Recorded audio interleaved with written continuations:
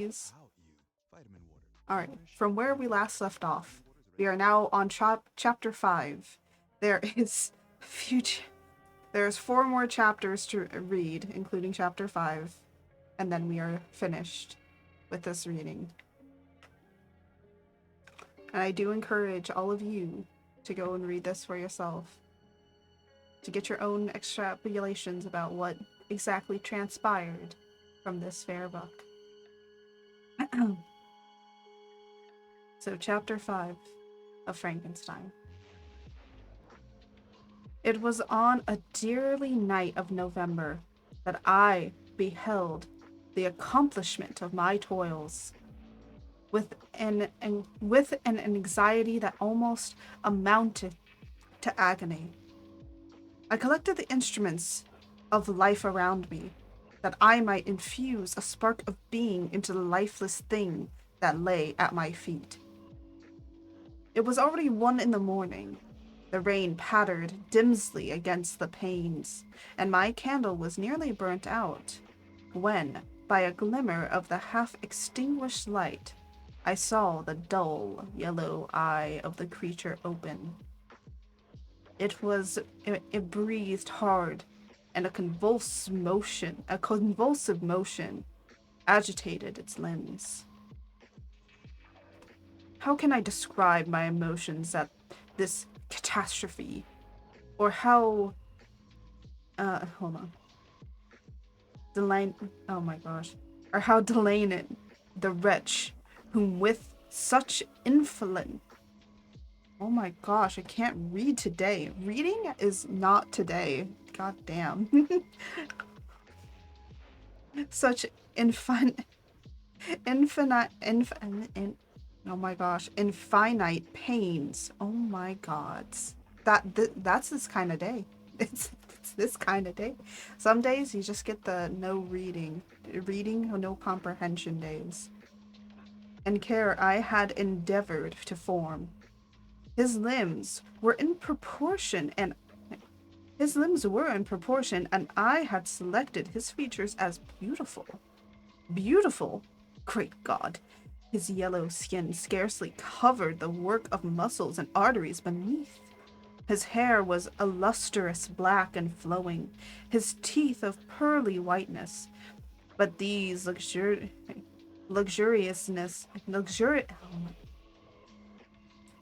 luxuries, there you go, only formed a more horrid contrast with his watery eyes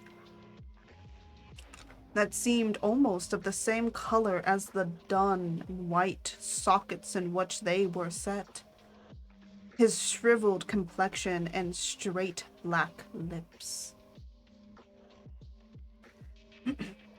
The different accidents of life are not so challengeable as the feelings of human nature. I had worked hard for nearly 2 years for the sole purpose of infusing life into an inanimate body. For this I had deprived myself of rest and health. I desired it with an ardor that far exceeded moderation, but now that I had finished, the beauty of the dream vanished, and breathless horror and disgust filled my heart. Unable to endure the aspect of the being I had created, I rushed out of the room and continued a long time traversing my bedchamber, unable to compose my mind to sleep. At length, lassitude succeeded to the tumult I had before endured. I threw myself on bed in my clothes, endeavoring to seek a few moments of forgetfulness, but it was in vain. I slept, indeed, but I was disturbed by the wildest dreams. I thought I saw Elizabeth, in the bloom of health, walking in the streets of Ingle. Delighted and surprised, I embraced her. But as I imprinted the first kiss on her lips, they became livid with the hue of death. Her features appeared to change, and I thought that I held a corpse of my dead mother in my arms. A shroud enveloped with her a shroud enveloped her form, and I saw the grave worms crawling in the folds of flannel. I stared I stared from my sleep with horror. A cold dew covered my forehead, my teeth chattering, and every limb began to convulse. When by the dim yellow light of the moon as it forced its way through the window shutters, I beheld the miserable monster whom I had created. He held up the curtain of the bed, and his eyes, if eyes they may be called, were fixed on me. His jaws opened, and he muttered some inarticulate sounds, with a grin wrinkling his cheeks. He might have spoken, but I did not hear. One hand was stretched out, seemingly to detain me, but I escaped and rushed down the stairs. I took refuge in the courtyard belonging to the house which I inhabited, where I remained during the rest of the night, walking up and down the greatest agitation, listened attentively, catching and fearing each sound as if it were to announce the approach of the demoniacal corpse to which I had so miserably given life to. Oh no. Oh no. Mortal could support the horror that countenance. A mummy again endued with animation could not be so hideous as that wretch. I gazed on him while unfinished. He was ugly then. But when his muscles and joints were rendered capable of motion, it became a thing such as even Dante could not have conceived. I passed the night wretchedly. Sometimes my pulse beat so quickly and hardly that I felt the palpitation of every artery. At others, I nearly sank to the ground through languor and extreme weakness. Mingled with this horror, I felt the bitterness of disappointment. Dreams that had been my food and pleasant rest for so long a space were now became a hell to me. And the change was so rapid, the overthrow so complete. Morning, dismal and wet, at length drowned and discovered my sleepiness and aching eyes of the Church of Ingle. Its white steeple and clock, which indicated the 6th hour. The porter opened the gates of the court, which had that night been my asylum, and I issued into the streets, pacing them with quick steps as if I thought to avoid wretch whom I feared every turning of the street would present to my view. Also, hello, Warlock. Thank you for the lurk. I did not dare return to the apartment which I had inhabited, but felt implied to hurry on, although drenched by the rain which poured from a black and comfortless sky. I continued walking in this manner for some time, endeavoring by bodily exercise to ease the load of that weighed upon my mind. I traversed the streets without any clear conception of where I was or what I was doing. My heart palpitated in the sickness of fear. I hurried on the irregular steps, not daring to look about me. Like one on lonesome road who doth walk in fear and dread, and, having once turned around, walks on, and turns no more this head, because he knows a frightful friend doth close behind him tread. And that was a poem by Ancient Manier. It's a little poem that comes in. It's kind of hard to read it aloud, but it's a little poem. Continuing thus, I came at length opposite to the inn at which the various oh my god, various diligencies and carriages usually stopped. Here I paused. I knew not why, but I remained some minutes with my eyes fixed on a coach that was coming towards me from the other end of the street. Oh, I see you, sweet potato. Welcome, welcome. We are finishing up on the reading of Frankenstein. As I drew nearer, I observed that it was the Swiss diligence. You see nothing. I see you. I see you right there. It stopped where I was standing, and on the door being opened, I perceived Henry Serval, who, on seeing me, instantly sprung out. No, it's an illusion. Are you using an illusion? My dear Frankenstein, exclaimed he, how glad am I to see you! How fortunate that you should be here at the moment of my alighting. Nothing could equal my delight on seeing Serval. His presence brought back to my thoughts my father. I mean, with Frankenstein reading, I might be as well hallucinating along with Victor von Frankenstein here.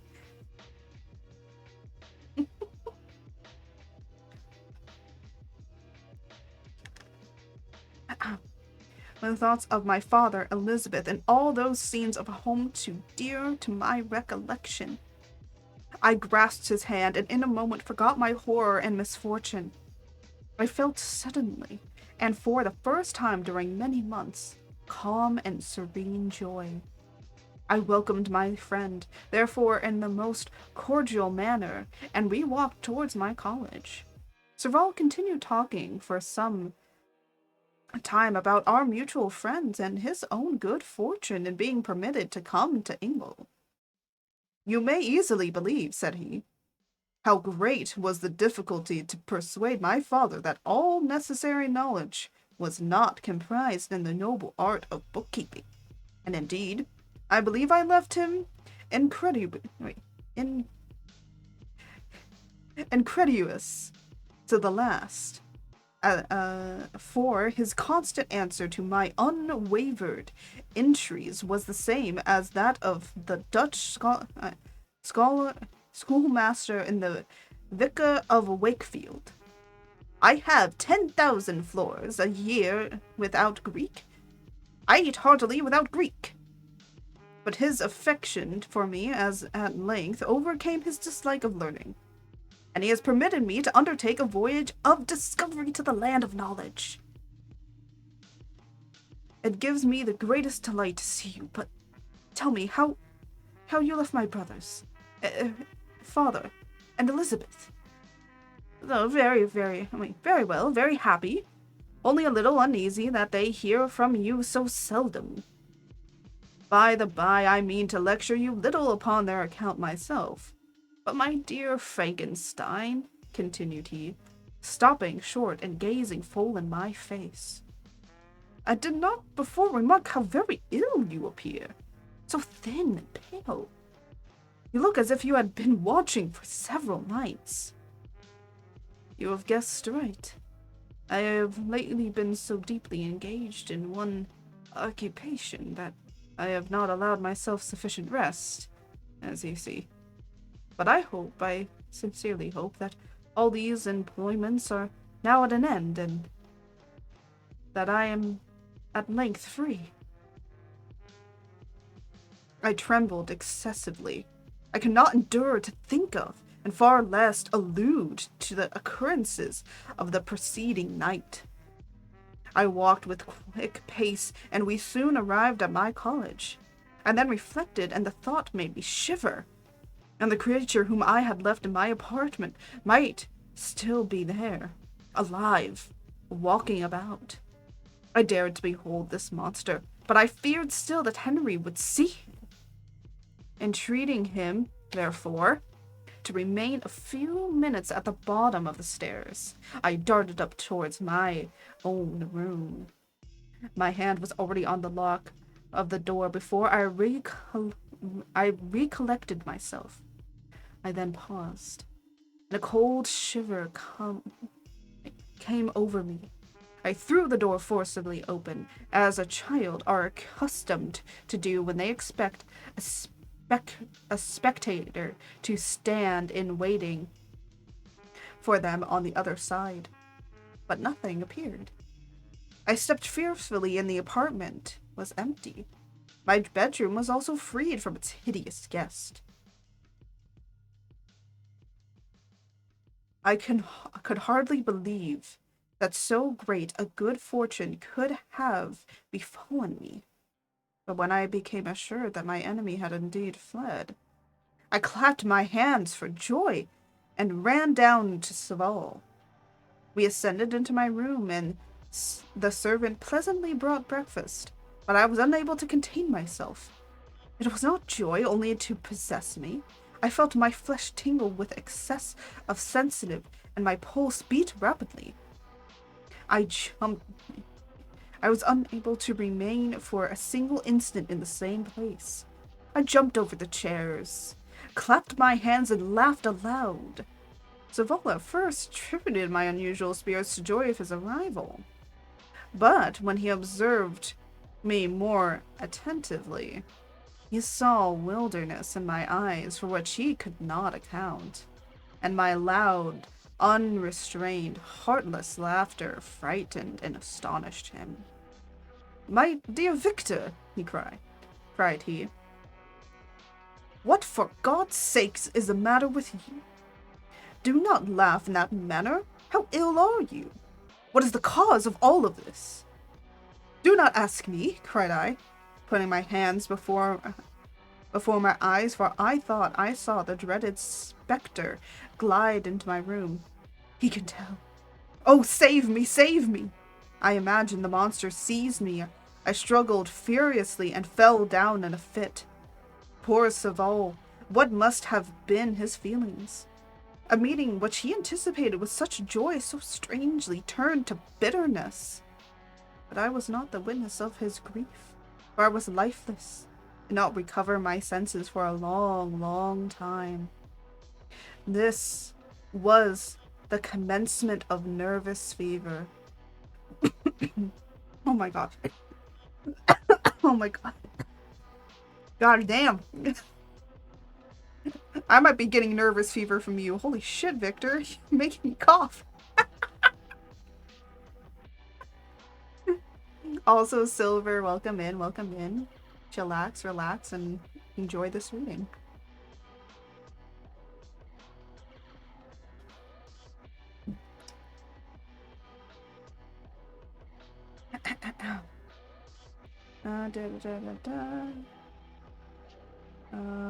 God damn it, where's my place? Oh, there we go. How did you know I was here? I can see your avatar.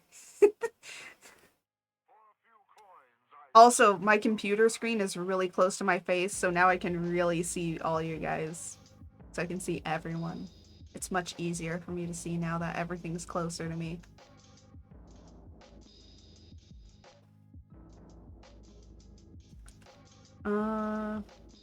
Where? Okay. I didn't think it appeared till I spoke. No, sometimes it appears, and sometimes it appears only when you speak. It's weird. Sometimes it's like, no, I'll appear, or sometimes, no, I'll appear when I speak. Anyways, this was the commencement of nervous fever, which confined me for several months. During all this time, Henry was my only nurse. I afterwards learned that, knowing my father's advanced age and unfitness for so long a journey, and how wretched my sickness would make Elizabeth, he spared them this grief by concealing the extent of my disorder. He knew that I could not have a more kind and attentive nurse than himself, and firm in hope he felt of my recovery. He did not doubt that, instead of doing harm, he performed the kindest action that he could towards them. But I was in reality very ill, and surely nothing but the unbounded and unrelenting attentions of my friend could have restored me to life.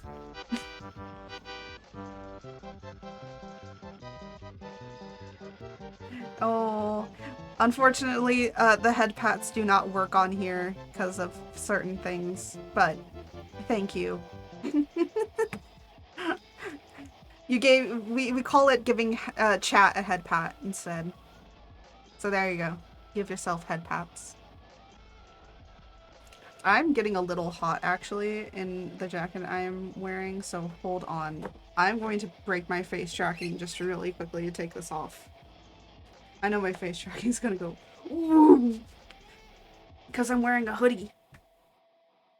And it's starting to get warm. No, fuck. There we go. I got it. I got it off. Here you go. It's hard because it's actually very cold and it's gonna rain soon. I'm bringing the storm. I'm bringing the storm into my area. Finally. Finally the scheduled storms are happening. Okay. So in fact I was dearly ill. Nothing. Okay. There you go. I'm just gonna start from the beginning. But I was in reality very ill, and surely nothing but the unbounded and unmerited attentions of my friend could have restored me to life. Oh, you're patting, they're head patting the chat.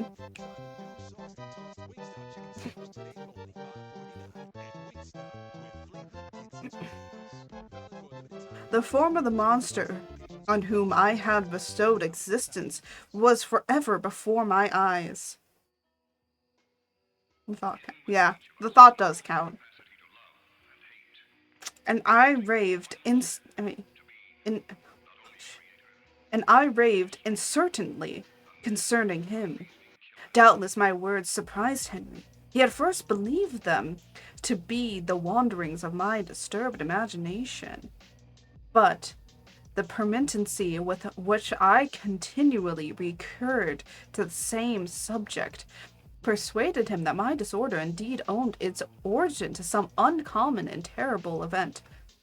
Also, by the way, guys, I just want to say one thing. I don't know if you noticed in the reading, but first off, Victor von Frankenstein is not Dr. von Frankenstein. He never got his doctorate. He was literally a college student that was like, I want to defy God, and literally did this in his freaking attic. In an attic. Got it to life, and then just was like, what the fuck? Like, and also never exclaims, it's alive. The entire Universal Studios style of Frankenstein is absolutely not correct at all. Because he was never a doctor. And also, he's technically like 17, 18 at this time. So he's a child. He's literally a child. Just so you all know, that's where we are in Frankenstein. It says he's 17. And he ended up being there for 2 years. So he's 19. So Young Frankenstein, the TV series, makes sense, because that's the actual story of Frankenstein. God damn. The slow realization of how fucked up this fucking story is just gets worse and worse. And honestly, it's only, by the way, when I say it's only gonna get worse from here, I mean, it's only gonna get worse from here.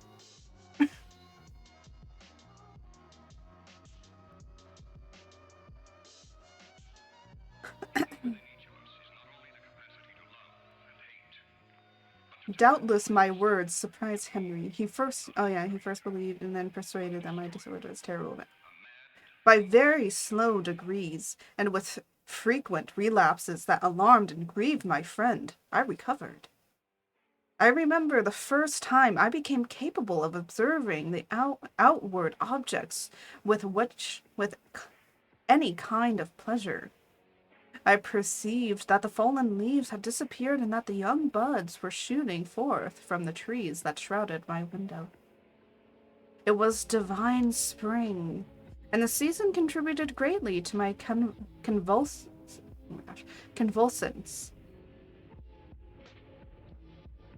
I felt as also sentiments of joy and affection revive in my bosom.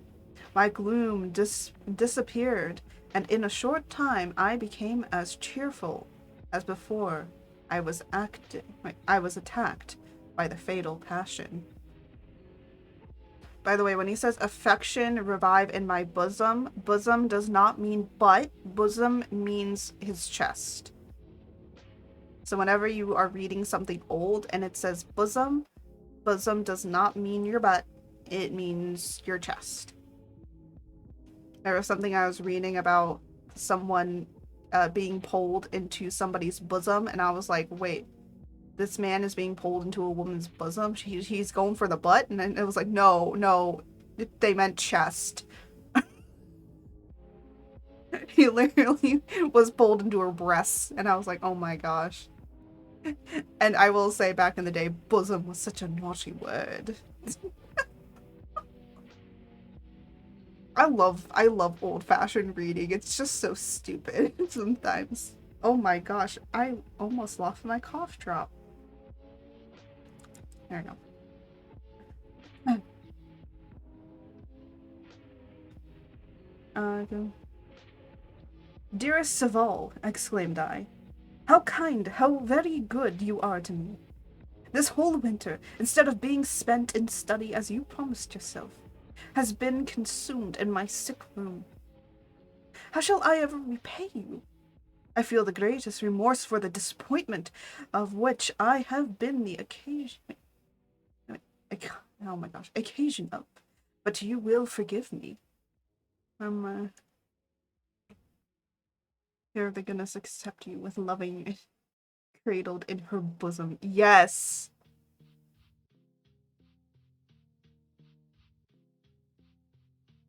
Yes. But the thing is that whenever I said bosom, I always thought it was the butt. Because you know, the buttocks. That's why I thought.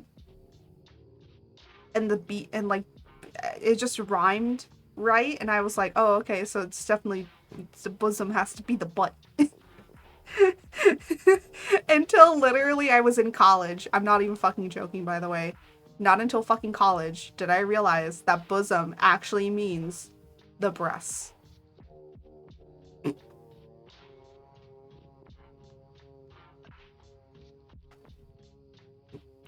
I'm a professional writing minor, everyone. Just to remind you of that. And I didn't know that.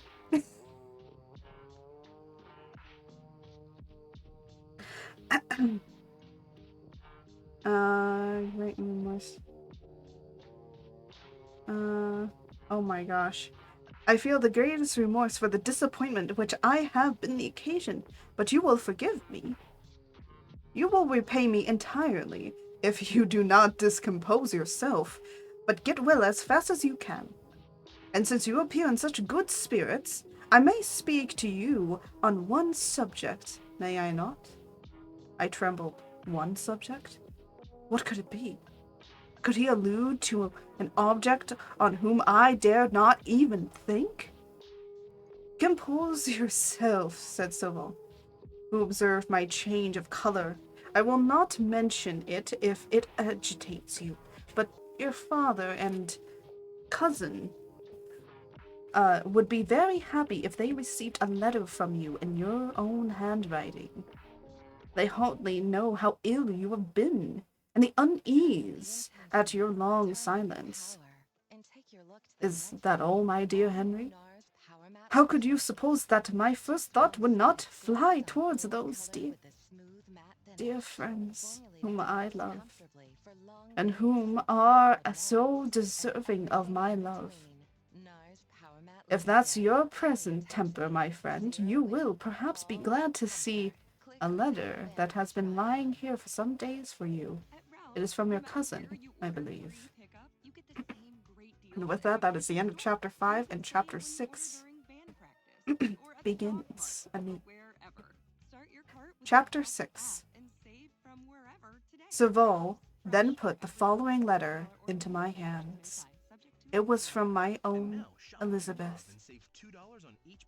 My dearest cousin, you have been ill, very ill, and even the constant letters of dear kind Henry are not sufficient to reassure me on your account. You are forbidden to write, to hold a pen, yet one word from you, dear Victor, is necessary to calm our apprehensions. For a long time I have thought that each post would bring this line, and my persuasions have restrained my uncle from undertaking a journey to Ingle. I have prevented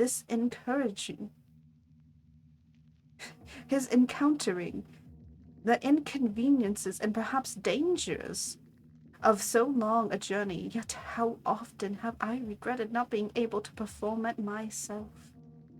I figured to myself that the task of attending on your sick bed has devolved on some mercenary old nurse who can never guess your wishes, nor minister to whom with the care and affection of your poor cousin. Yet that is over now. Serval writes that indeed you are getting better. I eagerly hope that you will confirm this intelligence soon in your own handwriting. Get well, and return to us. You will find a happy, cheerful home, and friends who love you dearly. Your father's health is vigorous, and he asks but to see you, but to be assured that you are well, and not a care will ever cloud his benevolence countenance. How pleased you would be to remark the improvement of our Ernest. He's now 16 and full of activity and spirit. By the way, Ernest is the second son of the Frankenstein family. So Victor is first, then it's Ernest, and then it's William. So Ernest is a son. It's never really explained well that Victor von Frankenstein has brothers. It's like one sentence and then that's it. He is He is desirous to a true Swiss and to enter into foreign service. But he cannot part with him, at least until his elder brother returns to us. My uncle is not pleased with the idea of a military career in a distant country, but Ernest never had your powers of application. He looks upon study as an obvious fitter. His time is spent in the open air, climbing the hills or rowing on the lake. I fear that he will become an idler unless we yield the point and permit him to enter on the profession which he has selected. Basically, Dew wants to go into military. Little alteration, except the growth of our dear children, has taken place since you left us. The Blue Lake and snow-capped mountains, they never change. And I think our placid home and our contained hearts are regulated by the same immutable laws. Mutable laws, sorry. My trifling occupations take my time and amuse me, and I am rewarded for my exertions by seeing none but happy, kind faces around me. Since you left us, but one change has taken place in our little household. Do you remember one occasion Justine Moores entered our family? Probably you do not. I will relate her history, therefore, in a few words. Madame Mortitz, her mother, was a widow with 4 children, of whom Justine was the third. This girl had always been the favorite of her father, but through a strange prevetuous, her mother could not endure her, and after the death of Miss Morse, treated her very ill. My aunt observed this, and when Justine was 12 years of age, prevailed on her mother to allow her to live in our home. The republican institutions of our country have produced simpler and happier manners than those which prevail in the greatest monarchies that surrounded it. Hence there is less distinction between several classes of its inhabitants, and the lower orders being neither so poor nor so desperate, nor so despise. There we go. Their manners are more refined and moral.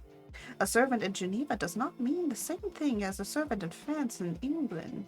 Justine, thus received in our family, learned the duties of a servant, a condition which, in our fortunate country, does not include the idea of ignorance and sacrifice of the dignity of a human being. Basically, they treat their servants really well. That's what she's trying to say. Justine, you may remember, was a great favorite of yours, and I recollect you once remarked that if you were in an ill humor, one glance from Justine would dissipate it, for the same reason that Aristo gives concerning the beauty of Angelica. I have no idea what that means. I think it's a reference to something. She looked so frank-hearted and happy. My aunt conceived a great attachment for her, by which she was induced to give her an education superior to that which she had at first intended. This benefit was fully repaid. Justine was the most graceful little creature in the world. I do not mean that she made any professions. I never heard one pass her lips. But you could see by her eyes that she almost adored her protectress. Although her disposition was gay, and in many respects inconsiderate, yet she paid the greatest attention to every gesture of my aunt. She thought her the model of excellence and endeavored to imitate her phraseology and manners, so that even now she often reminds me of her. Oh, whenever I say gay in this, it means happy. Gay used to be used as happy. It never was for any other terms. Just so you know. When my dearest aunt died, everyone was too much occupied in their own grief to notice poor Justine, who had attended her illness with the most anxious affection. Poor Justine was very ill, but other trials were reserved for her. One by one, her brothers and sisters died. Hello there. Oh my goodness. Thank you for the follows. Welcome in, Cog. Or Koagun X Sword. Nice name. I like your name. Welcome. We're currently reading Frankenstein, so if you're coming in the middle of this, sorry. But we are just reading through Frankenstein, so you can sit back, relax, and enjoy everything. We are currently reading through chapter... I like Frankenstein. Ooh, you do. Well, welcome in. We are currently reading chapter 6. We have just begun it. We are slowly devolving. Chapter 5 is when we finally got introduced to Frankenstein creating his monster. And the monster has now disappeared. And Frankenstein is currently reading a letter from his dear cousin, who apparently is also his betrothal, because they're not related. And she is telling him of dear Justine, who is a maid or a servant among them. So where was After my okay. When my dearest aunt died, everyone was too much occupied in their own grief to notice poor Justine, who had attended her illness with most anxious affection. Poor Justine was very ill, but other trials were reserved for her. One by one, her brothers and sisters died, and her mother, with the exception of her neglected daughter, was left childless. The conscience of the woman was troubled. Consciousness, sorry. Old authors trying to normalize marrying your cousins. Well, technically she's not a cousin, she was just a person that was taken in under the family and everyone was like, this is just our cousin. So she was just a poor child that was taken in by a very prominent family and just called a cousin, but they're not blood related at all. Oh my gosh. Shut up. Sorry, that was my phone. Step sibling? Technically. I see, I see. Yeah. Also, in Frankenstein, um, Frankenstein himself, Victor von Frankenstein, is only 19 years old in this entire story, and then everything starts to devolve from there because he was at college and university. We'll talk more about it after we're done, and I usually do a little summary for anybody that missed it. One by one, her brothers died. The consciousness of the woman was troubled. She began to think that deaths of her favorites were a judgment from heaven to chastise her partially. Oh no, stop. No, we don't need that in this, okay? Stop.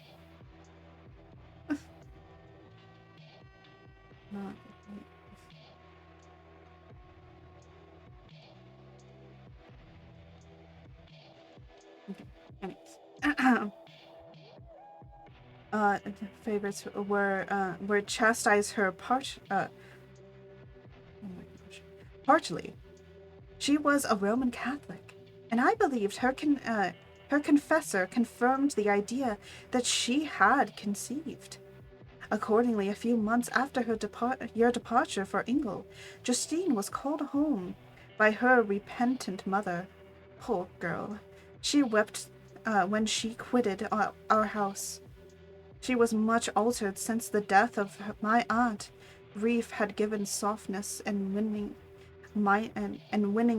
mildness to her manners, which had before been remarkable for vacancy. Nor was she resigned at her mother's house of a nature to restore her gaiety. The poor woman was very vacillating in her repentance. She sometimes begged Justine to forgive her unkindness, but much oftener accused her of having caused the deaths of her brothers and sisters, perpetually fretting at length through Madame Mortes into decline, which at first increased in her irritability, but she is now at peace forever. She died on the first approach of cold winter. At the beginning of this last winter, Justine has just returned to us, and I assure you I love her tenderly. She is very clever and gentle, and extremely pretty.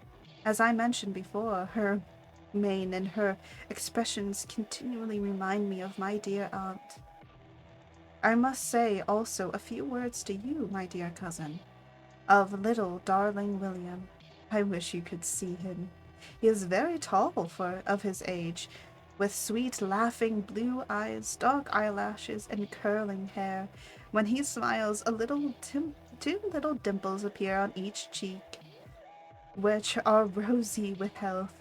He was already had one or two little wives, but Louisa Biron is his favorite, a pretty little girl of 5 years of age. Now, dear Victor, I dare say you wish to be indulged in a little gossip concerning the good people of Geneva. The pretty Miss Mansfield has already received the congratulatory visits on her approaching marriage with a young Englishman, John Melbourne. Uh, es- uh, oh gosh. Exquisitely her ugly sister, Marn, married Mr. Dovem. Oh my gosh! Oh my gosh! These names. These names. Dovellard, the rich banker, last autumn.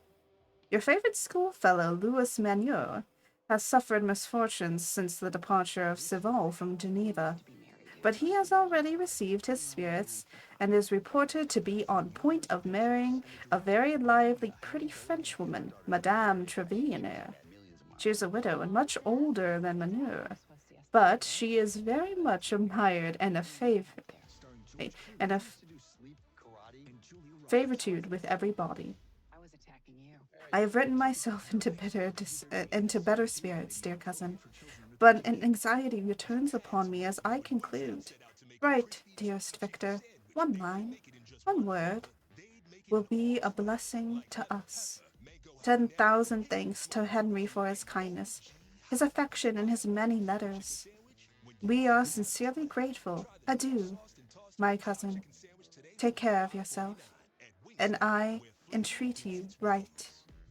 Elizabeth Lavenza, Geneva, March 18th, 1700s. Older woman. Ayo. Ayo, we like the older, taller women that are allowed to step on us in this chat. That's what happens in this chat. I've done that to this chat. I have turned on my momminess because this chat has been a little offhand sometimes. So even I come out. So oh my goodness, gotta crack the back. There you go. Huh? You missed? Oh, you missed it, sweet potato. You missed it. You gotta go. You're gonna have to go onto my Twitter. You're gonna have to go onto my Twitter. So I'm in the right stream. Yes, you are. I will say, when not doing the reading streams, they can get most of my streams, other than the reading streams, usually divulge into chaos. So it gets pretty chaotic and it's pretty fun and pretty hilarious. So you never know what's ever going to happen in my streams. And apparently, you all voted and said that you all love my humor. I'm surprised. I thought I wasn't funny. I where Baka, where my sweet cheek. You're gonna have to go onto Twitter and go onto my TikTok, because on there there's a clip in my there's clips. In the clips you're gonna see Dommy Mommy art. I really turned it on in that stream. We make it the stream that we never talk about because I literally don't think I can post it on YouTube. I literally don't think I can post it anywhere.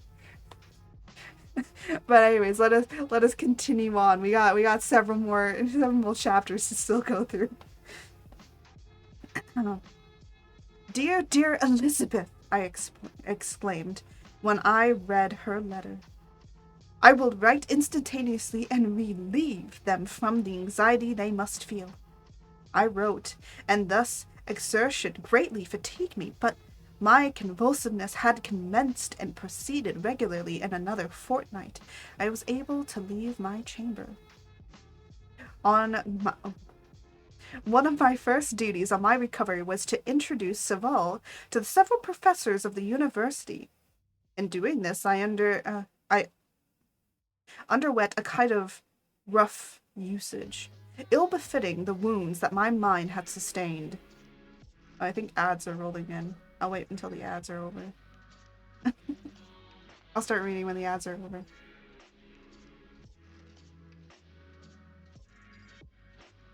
I think it's like a minute and a half of ads.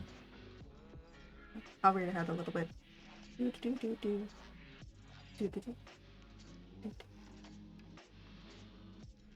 think it was like, oh yeah, Waldman and who was the other one? Oh, excuse me. Tell me all when you're back from the ads. Want to break from the ads? Want to break from them ads? Nice. Okay. When I'm first to introduce. Yeah, I'm gonna wait until the ads are over because I know you guys get hit with the ads exactly at every 30, almost exactly every 30 minutes with ads. So I shall wait. I shall wait until you all return from the ads. We all good? Everyone back from the ads? Oh my gosh. I don't know if you guys heard that burp. If you did, type a 1. No.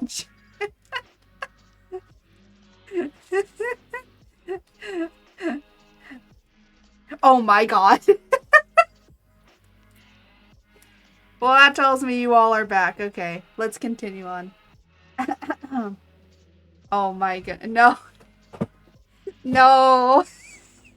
God damn it. I try not to, but you know what? Everyone burps, so you're gonna get it. Okay, anyways. Do. When.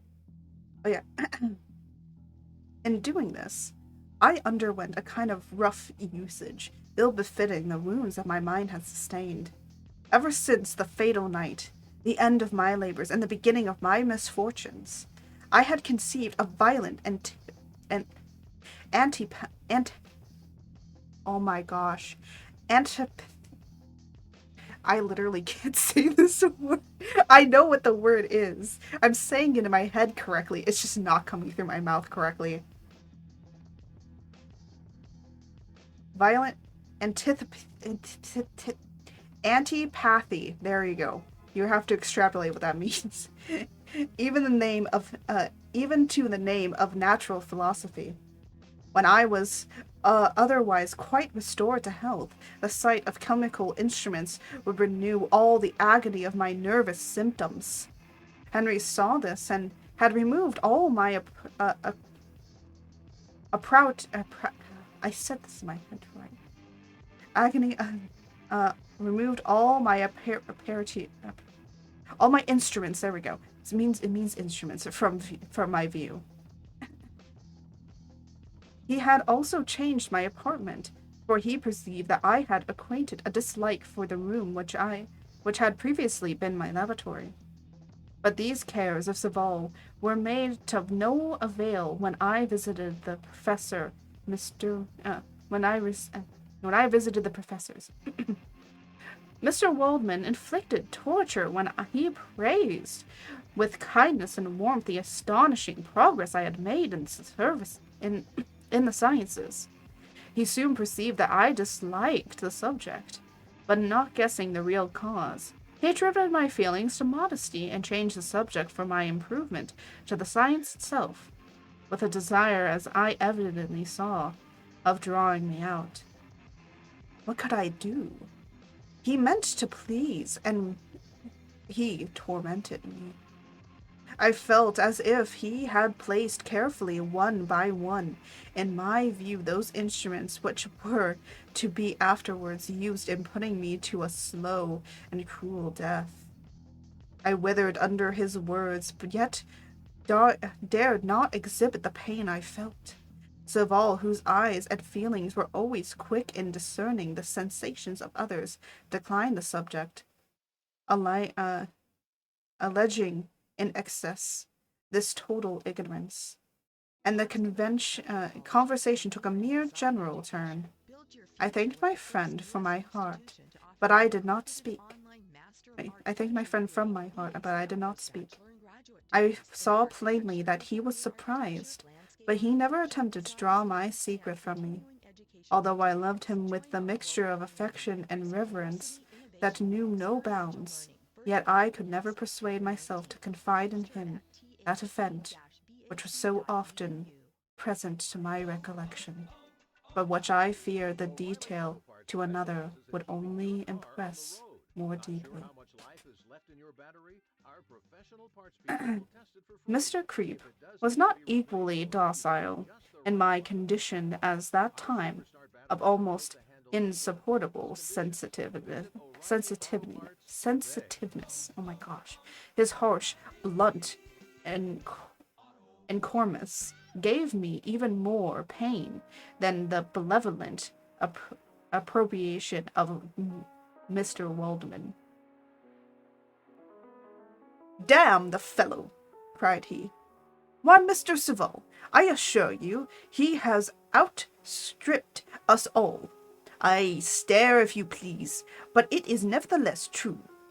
A youngster who, but a few years ago, believed in Cornelius Agrippa as firmly as the gospel, has now set himself at the head of the university, and if he is not soon pulled down, we shall all be out of countenance. Aye, aye," continued he, observing my face expressive of suffering. "Mr. Frankenstein is modest and excellent quality in a young man. Young men should be different. Oh my god, what the fuck? Should be diffident of themselves, you know. Mr. Saval, I was myself when young, but that wears out in very short time." Mr. Crimp had now commenced a lot of eulogy on himself, which happily turned the conversation from a subject that was so annoying to me. Fucking pulled out a eulogy. It's just like, let me just talk about myself for like 10 long minutes because I'm important. God. I will say the demeanor of Mr. Crimp is very much like that. Saval had never sympathized in my taste for natural science, and his literary pursuits differed wholly from those which had occupied me. He came to the university with the design of making himself complete master of the Oriental languages, as thus he should upon a field for the plane of life he had marked out for himself. Resolved to pursue no inglorious career, he turned. Oh my goodness! Oh my gosh! Holy shit! Oh my gosh, Gloria! Oh my gosh, Gloria, thank you. Thank you for the follow. Thank you for the raid. Hold on. My mods are not here. Let's give you a shout out. Oh my gosh, thank you, Gloria. Yeah, oh my gosh, I do not know how to use this new shout out thing. Hold on.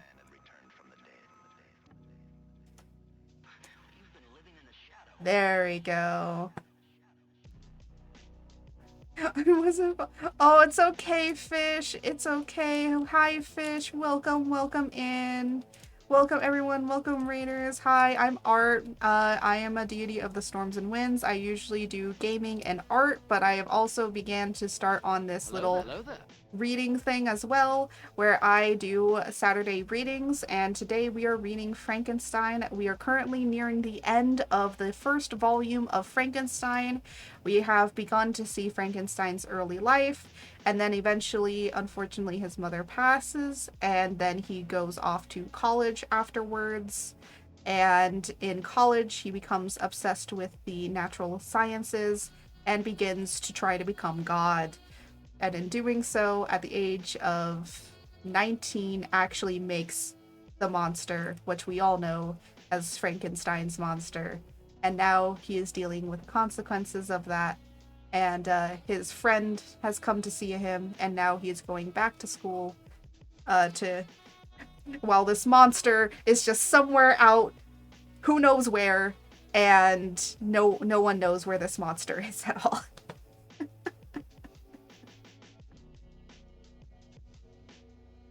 I became a god in high school. Oh my gosh. Yeah, so right now we are currently reading where in chapter 5, which we started on, he creates the monster, but of course becomes immediately repulsed by it, and he ends up just becoming afraid of it and ends up becoming so nervous, so anxious, so sick that his friend who had come to join him in university had to take care of him. And right now we are currently reading as Victor has now gotten better. This monster is still somewhere out in the world. No one knows what has happened to this creature. But of course, it lies heavily on Victor's mind of what he has created because he has literally just defied God and defied life in itself. So, yeah, there's a lot going on. But right now, he is currently with his friend Henry Saval and talking to the professors of the university and trying to forget the thing that he had caused, what he had made. So, but yeah.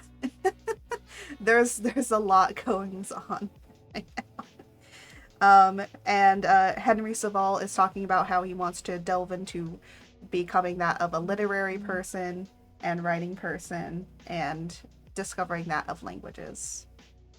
So here we are on he came to the university with the design of making himself complete master of the Oriental languages. I like to think the monster is taking his time meeting other supernatural creatures in the surrounding cities and doing some self-discovery. Oh my gosh. We don't know. We have to continue reading on. Oh my goodness. Oh. Of Oriental languages. As thus, he should open a field for the plan of life he had marked out for himself.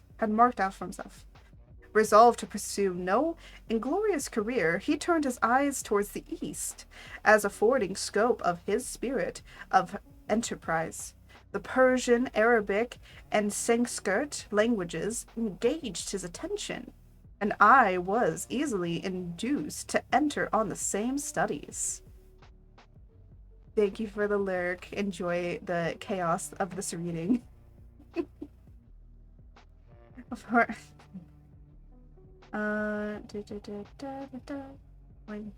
Holy shit. I love it when I lose my place. There we go. He attended the studies. I was easily induced to enter on the same studies. Idleness had never been irksome to me, and now that I wished to fly from reflection and hatred, and hated my former studies, I felt great relief in being the fellow pupil with my friend, and found not only instruction but consolation in the works of the Orientalists. I did not, like him, attempt a critical knowledge of their dialects, for I did not complete. Hold on, I'm gonna mute my. I should have muted my phone, but oh my gosh, I'm getting like so many alerts from different things. I really wish that I wasn't. What is all of this, anyways? Oh, I see. Oh my god, I'm getting so much shit because there's like an election happening soon, and I am literally getting most of my message inboxes of stuff is just like, here's information on this candidate. Here's information on this candidate. I'm so done. I'm so tired. I wish I could block all the numbers.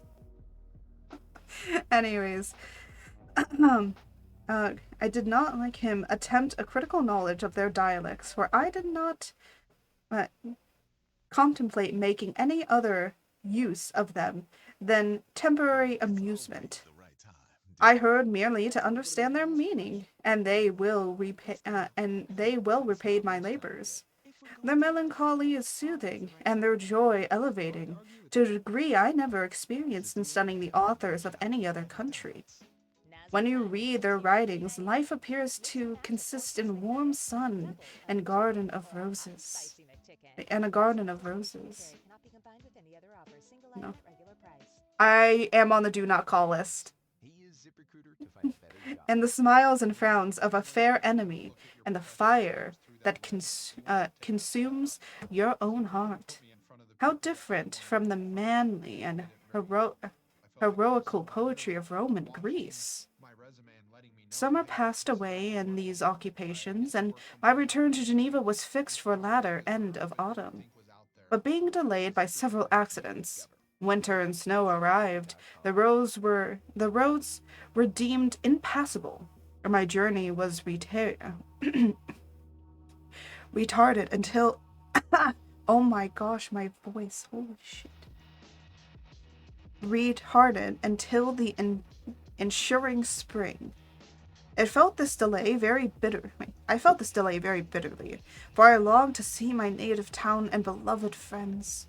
My return had only been delayed so long from an unwillingness to leave Saval in a strange place before he had become acquainted with any of his inhabitants. The winter, however, was spent cheerfully, and although the spring was uncommonly late, when it came its beauty com- compensated for its dilatoriness. Oh my gosh, these words. The month of May had already commenced, and I expected the letter daily, which was which was to fix the date of my departure. When Henry proposed a pedestrian tour in the environs of Ingle, that I might bid a personal farewell to the country I had so long inhabited. I acceded with pleasure to the proposition. I was fond of exercise, and Saval had always been my favorite companion in the rambles of his nature that I had taken along the scenes of my country.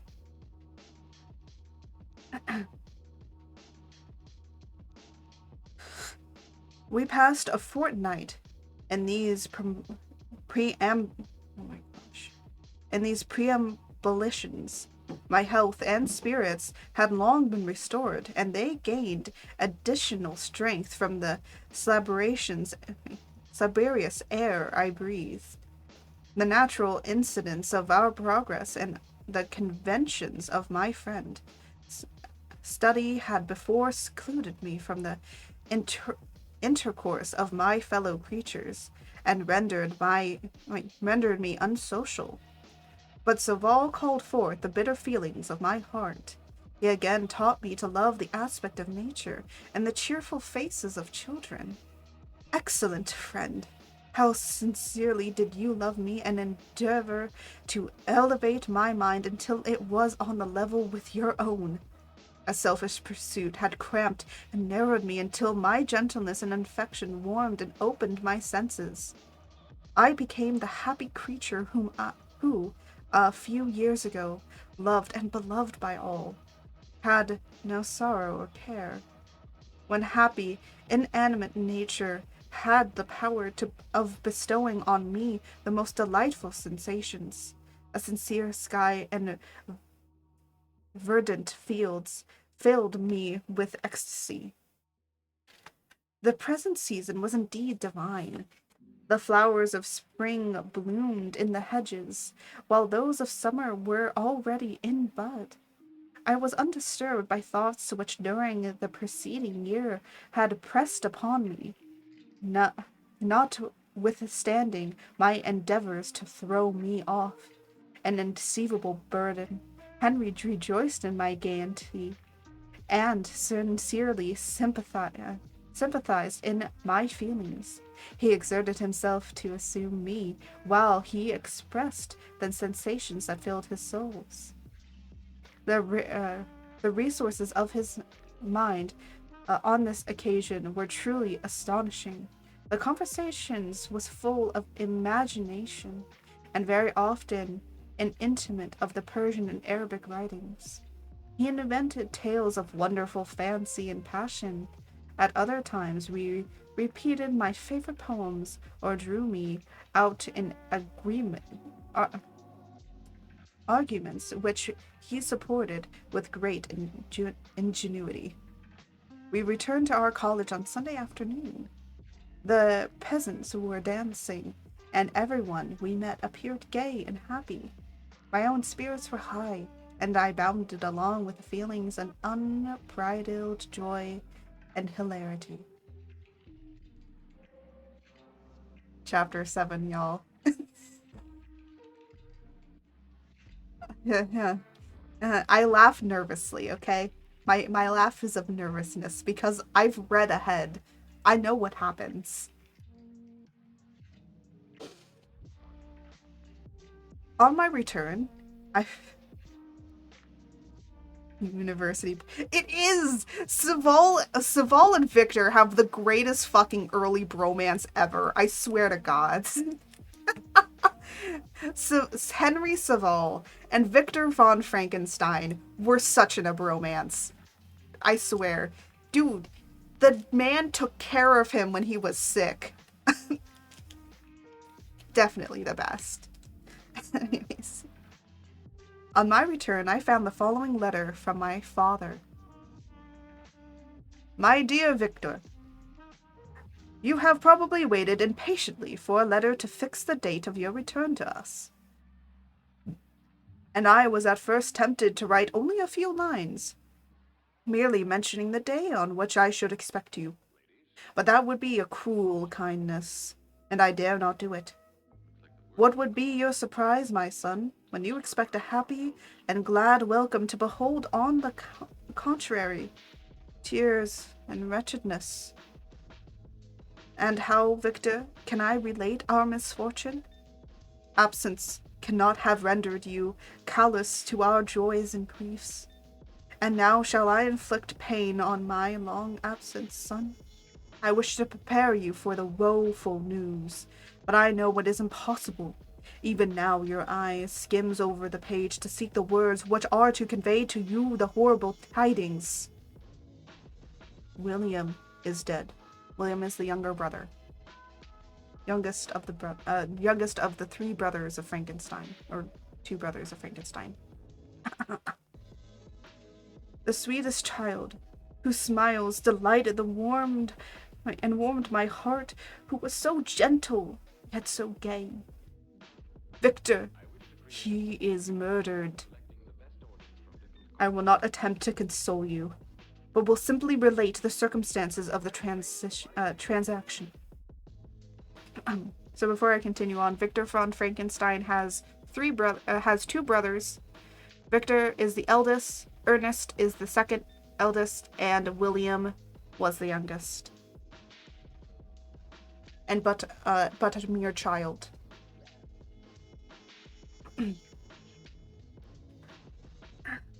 Last Thursday, May 7th, I, my niece, and your two brothers went to walk in plain Policies. Oh my gosh.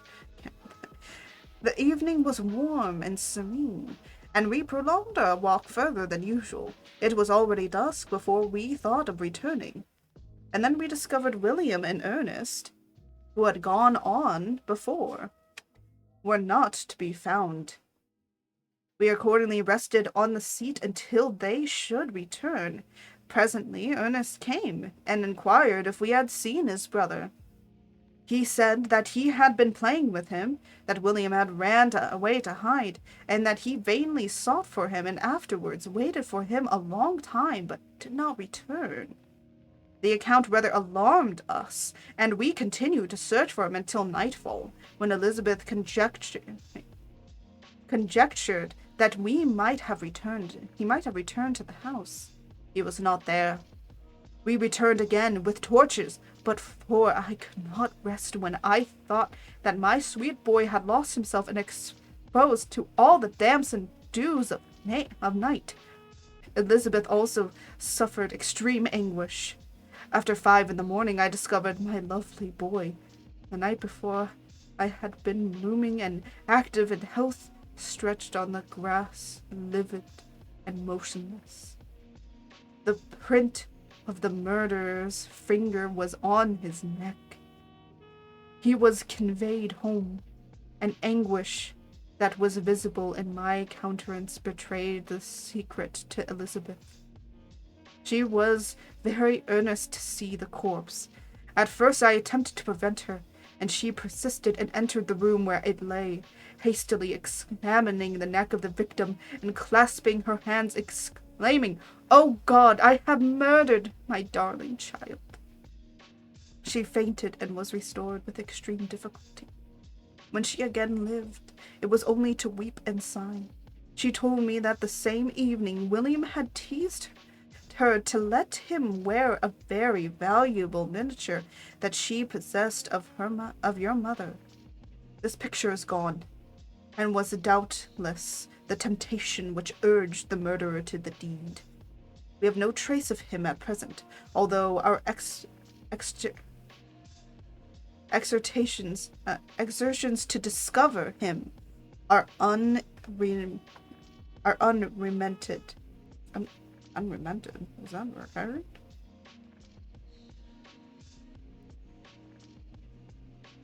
Oh, unmerited. But they will not restore my beloved William. Come, dearest Victor, you alone can console Elizabeth. She weeps continually and accuses herself unjustly as the cause of his death. Her words pierce my heart. We are all unhappy, but will not that be an additional motive for you, my son, to return and be our comforter? Oh, dear mother. Alas, Victor. I now say, thank God she did not live to witness the cruel, miserable death of your youngest darling. Of her youngest darling. Come, Victor. Not boring thoughts of vengeance against the assassin, but with feelings of peace and gentleness that will heal instead of festering the wounds of our mind. Enter the house of mourning, my friend, but with kindness and affection of those who love you, and do not with hatred for your enemies. Your affectionate and afflicted father, Alfonso Frankenstein. Geneva, May 12th, 1700s. Serval, who had watched my countenance as I read this letter, was surprised to observe the despair that succeeded the joy I at first expressed on receiving news from my friend. I threw the letter on the table and covered my face with my hands. "My dear Frankenstein!" exclaimed Henry. When he perceived me weep with bitterness. "Are you always unhappy? Always to be unhappy? My dear friend, what has happened?" I motioned him to take up the letter, while I walked up and down the room in extremest anguish. Tears also gushed from the eyes of Serval as he read the account of my misfortune. "I can offer no consolation, my friend," said he. "Your disaster is irreparable. What do you intend to do?" "To go instantly to Geneva. Come with me, Henry, to order the horses." During our walk, Serval endeavored to say a few words of consolation. He could only express his heartfelt sympathy. "Poor William," said he. "Dear, lovely child. He now sleeps with his angel mother, who that had seen him bright and joyous in his young beauty, but must weep over his untimely loss.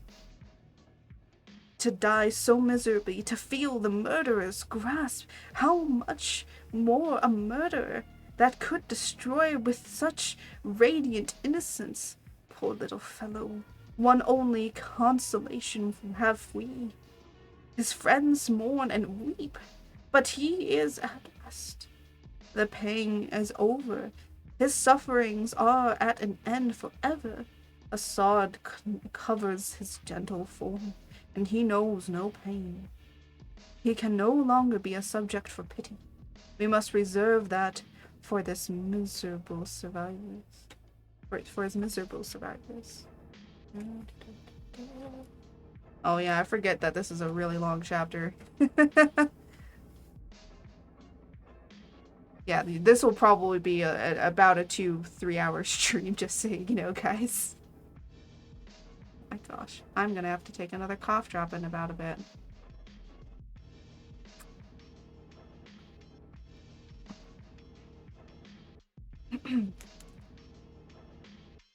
Anyways. Do. There you go. Oh my gosh. Hold on. I'm going to take a quick... I don't want to end up like a little shrimp. I am going to stretch. I have been sitting in this chair for over an hour and a half. And I need a stretchy break. There you go.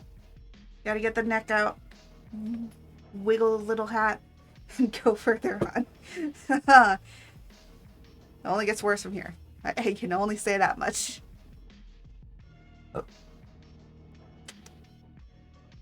Saval spoke thus as we hurried through the streets. The words impressed themselves on my mind, and I remembered them afterwards in solitude. But how as soon as the horses arrived, I hurried into the cabaretlet and bade farewell to my friend. My journey was very melancholy. At first I wished to hurry on, for I longed to console and sympathize with my loved and sorrowing friends. But when I drew near my native town, I slackened my progress. I could hardly sustain the multitude of feelings that crowded into my mind. I passed through scenes familiar to my youth, but which I had not seen for nearly 6 years. Oh, 6 years? I thought it was 2. Never mind. Oh, so it's like in his 20s. So Frankenstein is very young when he does the shit he does. He's not an older, like, gentleman in his 40s, like Universal will have you think. He's very, very young. How alerted everything might be during that time. One sudden and desolating change had taken place, but 1,000 little circumstances might have by degrees worked other alterations, which although they were done more tranquilly, might not be the less divisive. Fear overcame me. I dared no advance, dreading 1,000 nameless evils that made me tremble, although I was unable to define them. I remained 2 days at Lausanne, there we go, in this painful state of mind. I contemplated the lake. The waters were placid, all around was calm, and the snowy mountains, the places of nature, were not changed. By degrees the calm and heavenly serene restored me, and I continued my journey towards Geneva. The road ran by the side of the lake, which became narrower as I approached my native town. I discovered more distinctly the black sides of Jura and the bright summit of Mount Blanc. I wept like a child. Dear mountains, my only beautiful lake, how do you welcome your wanderer? Your summits are clear, the sky and the lake are blue and placid. Is this so prognosticate peace, or to mock at my unhappiness?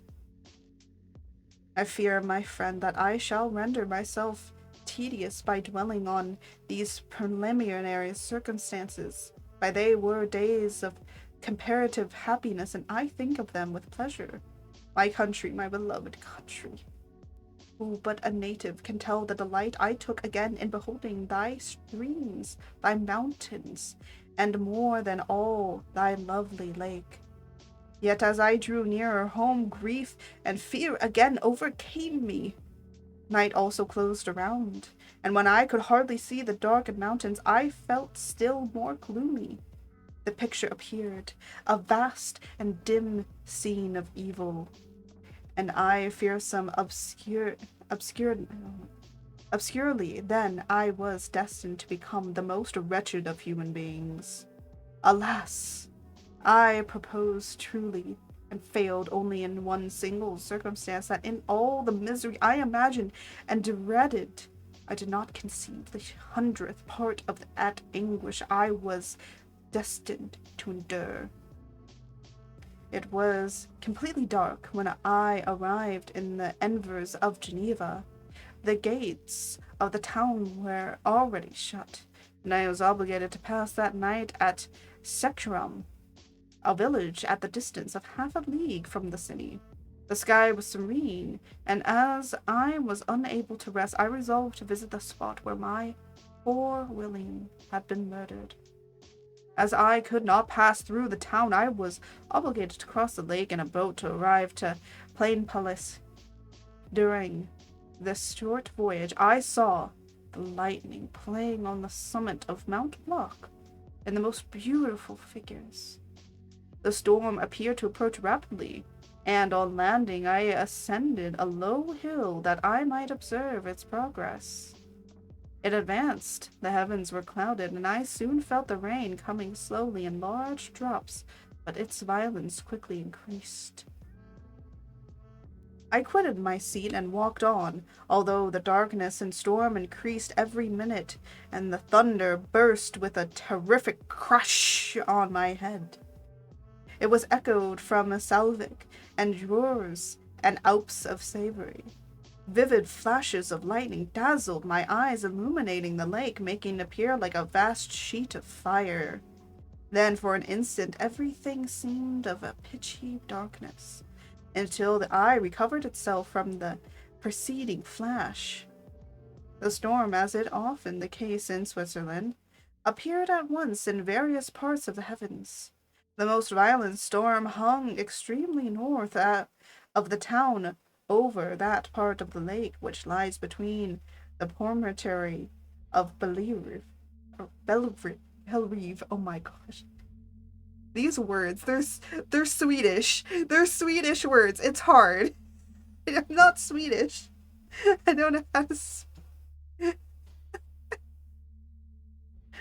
Bellerive and village of Kopet.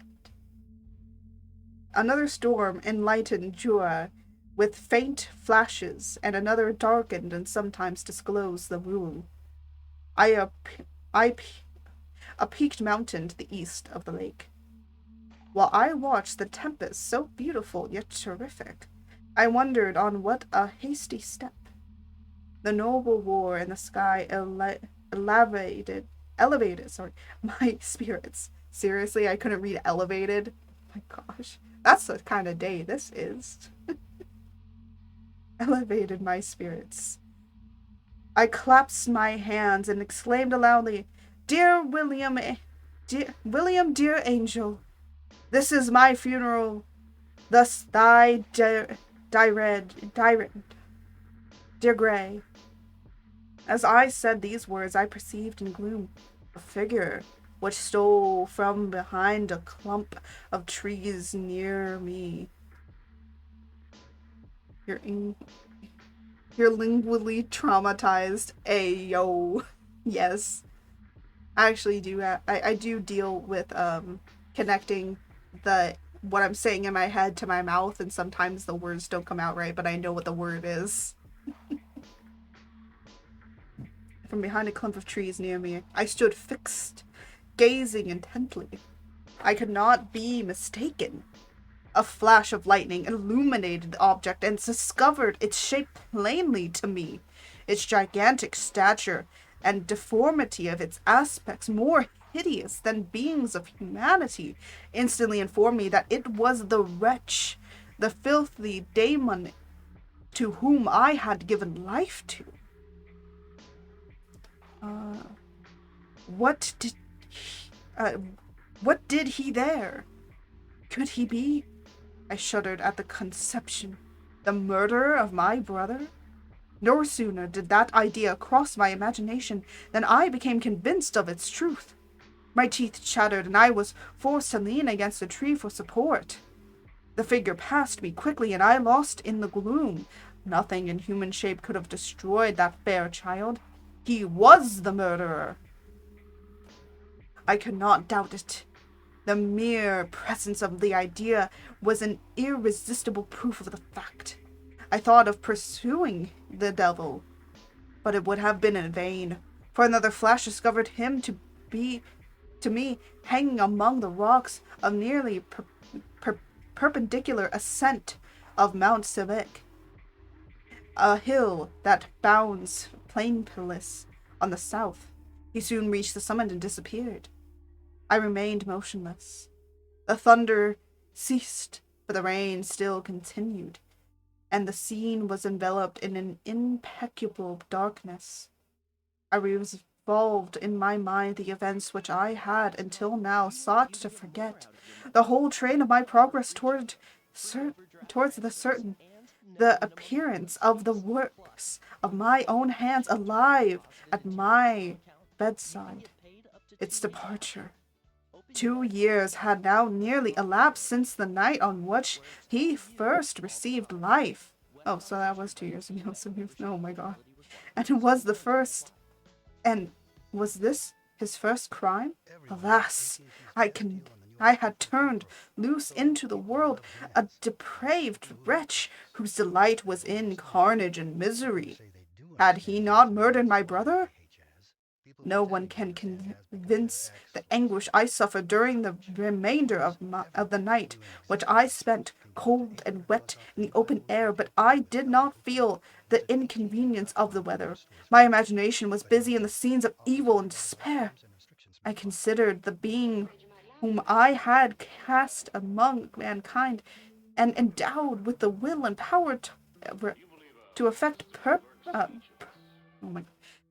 purposes of horror, such as the dread deed which he had now done.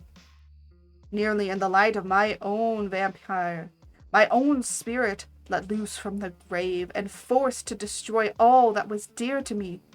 Day dawned, and I directed my step towards the town. The gates were opened, and I hastened to my father's house. My first thought was to discover that I knew of the murderer and cause instant pursuit to be made. But I paused when I reflected on the story that I had to tell them. A being whom I myself had formed and endured with life had met me at midnight among the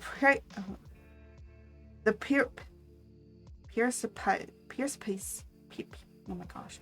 I love P words. I love a lot of P's in my words because it makes it so easier for me to read.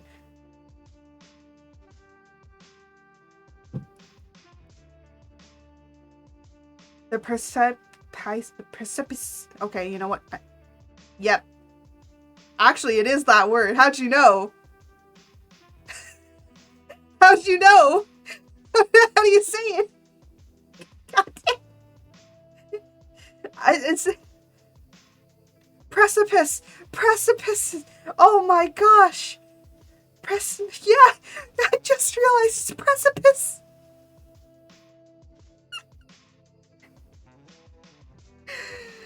It's precipice. Thank you.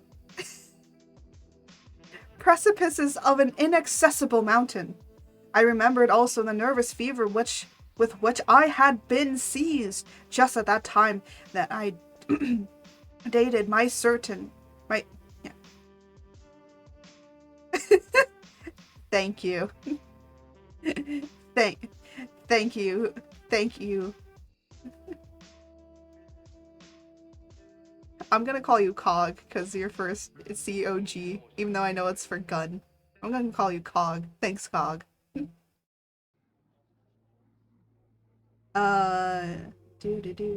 Precipice on also nervous fever. And which would give an air of delirium to a tale otherwise so utterly improbable. I well knew that if any other had communicated such a relation to me, I should have looked upon it as the ravings of insanity. Besides, the strange nature of the animal could elude all pursuits, even if I were so far credited as to persuade my relative to commence it.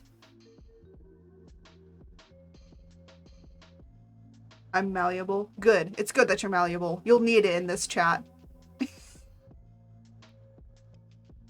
And then of what use would be pursuits? Who could arrest a creature capable of scaling the overhang sides of Mount Savok? These reflections determined me, and I resolved to remain silent. 6 years has elapsed past. Wait, hold on. Sorry. It was about 5 in the morning when I entered my father's house. I told the servants not to disrupt the family, and went into the library to attend usual hour of rising. 6 years had elapsed, passed in a dream, but for one oh my god, hold on. In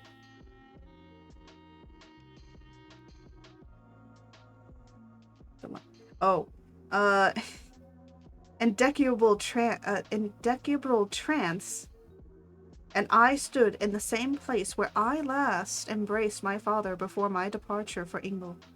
Beloved and venerable, vulnerable parent, he still remained to me. I gazed on the picture of my mother, which stood over the mantelpiece. It was an historical subject, painted at my father's desire, and represented Caroline Beaufort in an agony of despair, kneeling by the coffin of her dead father. Her garb was rustic, and her cheek pale, but there was an air of dignity and beauty that hardly permitted the sentiment of pity. Below this picture was a miniature of William, and my tears flowed when I looked upon it. While I was thus engaged, Ernest entered. He had heard me arrive and hastened to welcome me. He expressed a sorrowful delight to see me. "Welcome, my dearest Victor," he said. "Ah, I wish you had come 3 months ago, and then you would have found us all joyous and delighted. You come to us now to share a misery which nothing can alleviate, yet you presence will, I hope, revive our father, who seems sinking under this misfortune, and your persuasions will induce poor Elizabeth to cease her vain and tormenting self-accusations. Poor William, he was our darling, and our pride." Tears unrestrained fell from my brother's eyes. A sense of moral agony crept over my frame. Before I had only imagined the wretchedness of my desolated home. The reality came on me as a new and not less terrible disaster. I tried to calm Ernest. I inquired more minutely concerning my father and her. I named my cousin. "She most of all," said Ernest, "requires consolation. She accused herself of having caused the death of my brother, and that made her very wretched. But since the murderer has been discovered—" "The murderer discovered? Good God, how could that be? How could attempt to pursue him? It is impossible. One might as well try to overtake the winds and confine the mountain stream with a straw. I saw him, too. He was free last night." "I do not know what you mean," replied my brother, in a sense of wonder. "But to us, the discovery we have made completes our misery. No one would believe it at first, and even now Elizabeth will not be convinced, notwithstanding all the evidence. Indeed, who would credit that Justine Mortis, who was so admirable and found all the family, could suddenly become so capable of so frightful, so appalling a crime? Justine Mortis? Poor girl. Is she accused? But it is so wrongful. Everyone knows that. No one believes it. Surely, Ernest." "No one did at first, but several circumstances came out that have almost forced conviction upon us. And her own behavior has been so confused as to the odd evidence of facts, a weight that I fear leaves no hope for doubt. But she will be tried today, and you will then hear all." He related that the morning on which the murder of poor William had been discovered, Justine had taken ill and confined to her bed for several days. During the interval, one of the servants happened to examine the apparel she had worn on the night of the murder, and discovered in her pocket the picture of the mother, which had been judged to be the temptation of the murderer. The servant instantly showed it to one of the others, whom, without saying a word to any of the family, went to the magistrate, and upon their disposition Justine was apprehended on being charged with the fact that the poor girl confirmed this with that fact. The poor girl confirmed the suspicion in a great measure by her extreme confusion of manner.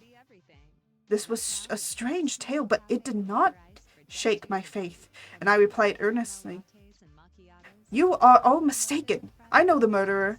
Justine, poor, good Justine, is innocent." At that instant my father entered.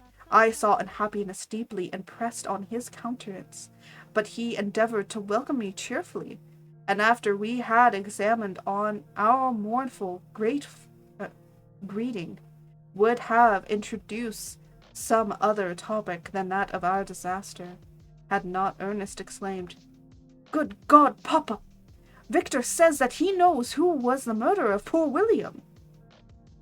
"We do not, we do also, unfortunately," replied my father. "For indeed I had rather have been forever ignorant than have discovered so much depravity and ingratitude in one I valued so highly." "My dear father, you are mistaken. Justine is innocent." "If she is, God forbid that she should suffer as guilty. She is to be tried today, and I sincerely hope that she will be acquitted." This speech calmed me. I was firmly convinced in my own mind that Justine, and indeed every human being, was guiltiness of this murder. I had no fear, therefore, that any circumstantial evidence could be brought forward strong enough to convict her. My tale was not one to announce publicly. Its astounding horror would be looked upon as madness by my vulgar. Did anyone indeed exist except I, the Creator, who would believe, unless his senses convinced him, in the existence of the living moment of presumption, that rash ignorance which I had let loose upon the world? We were soon joined by Elizabeth. Time had altered her since I last beheld her. It had endowed her with loveliness surpassing the beauty of her childish years. There was the same candor, the same vivacity, but it was ailed to an expression more full of sensible and intellect. She welcomed me with the greatest affection. "Your arrival, my dear cousin," she said, "fills me with hope. You perhaps will find some means to justify my poor, guiltless Justine. Alas, who is safe, if she be convicted of crime? I rely on your innocence as certainly as I do upon my own. Our misfortune is doubly hard to us. We have not only lost the lovely darling boy, but this poor girl, whom I sincerely love. It is to be torn away by even a worse fate. If she is condemned, I never shall know joy more. But she will not. I'm sure she will not. And then I shall be happy again, even after the sad death of my little William." "She is innocent, my Elizabeth," said I. "And that shall be proved. Fear nothing. But let your spirits be cheered by the assertion of my acquittal. I know kind and glorious you are. Everyone else believes in her guilt, and that made me wretched, for I knew that it was impossible, and to see everyone else prejudice in so deadly a manner rendered me hopeless and despairing." She wept. "Dearest niece," said my father, "dry your tears. If she is, as you believe, innocent, rely on the justice of our laws and the activity with which I shall prevent the slightest shadow of partially. Okay, guys, this is the last chapter of Volume 1. This is Chapter 8. I think there's only 8 chapters in each volume, but this is Chapter 8, everyone. This is the true beginnings of Fallenness. Yeah. So Chapter 8. We passed a few sad hours until 11 o'clock, when the trial was to commence. My father and the rest of the family began obligating to attend as witnesses. I accompanied them to the court.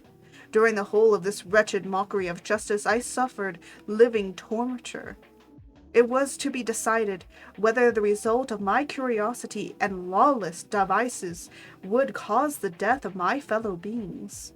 One a smiling babe full of innocence and joy, the other far more dreadfully murdered with every aggravation of infamy that could make the murder memorable in honor. Justine also was a girl of merit and possessed qualities which promised to render her life happy. Now all was to be obliterated in an enormous grave, and I, the cause. 1,000 times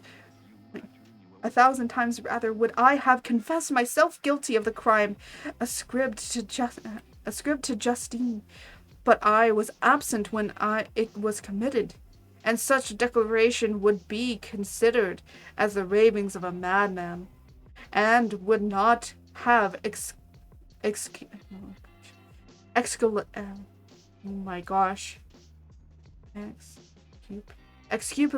her who suffered through me.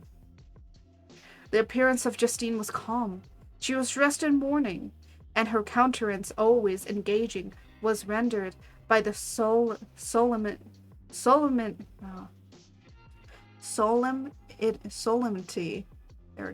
of her feelings. Exquisitely beautiful, yet she appeared confident in innocence, and did not tremble, although gazed on and exaggerated by thousands, for all the kindness which her beauty might otherwise have excited was obliterated in the minds of the spectres by the imagination of the enormity she was supposed to have committed. She was tranquil, and her tranquillity was evidently constrained, and as her confusion had before been adduced as proof of her guilt, she worked up her mind to an appearance of courage. When she entered the court, she threw her eyes round it, and quickly discovered where we were sat.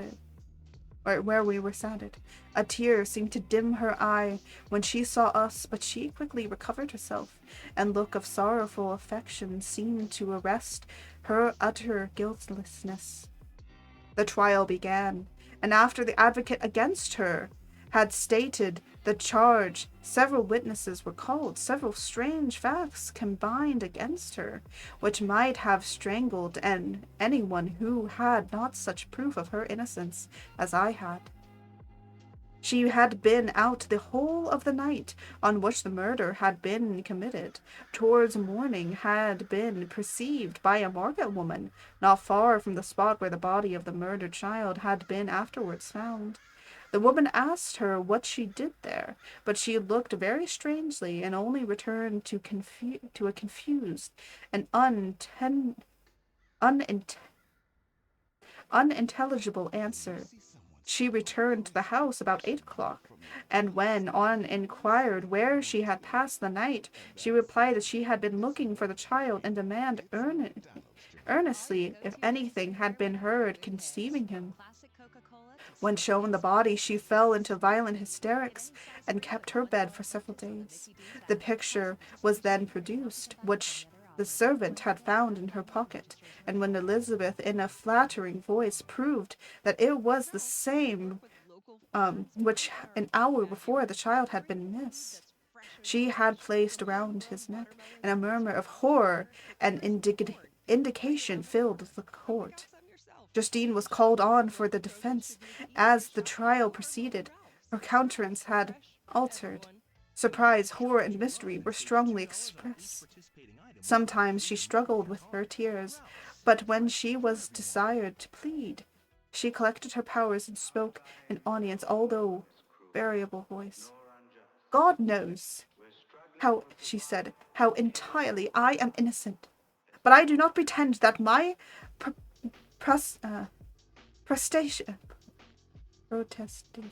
protestations should acquit me. I rest my innocence on a plain and simple explanation of the facts which have been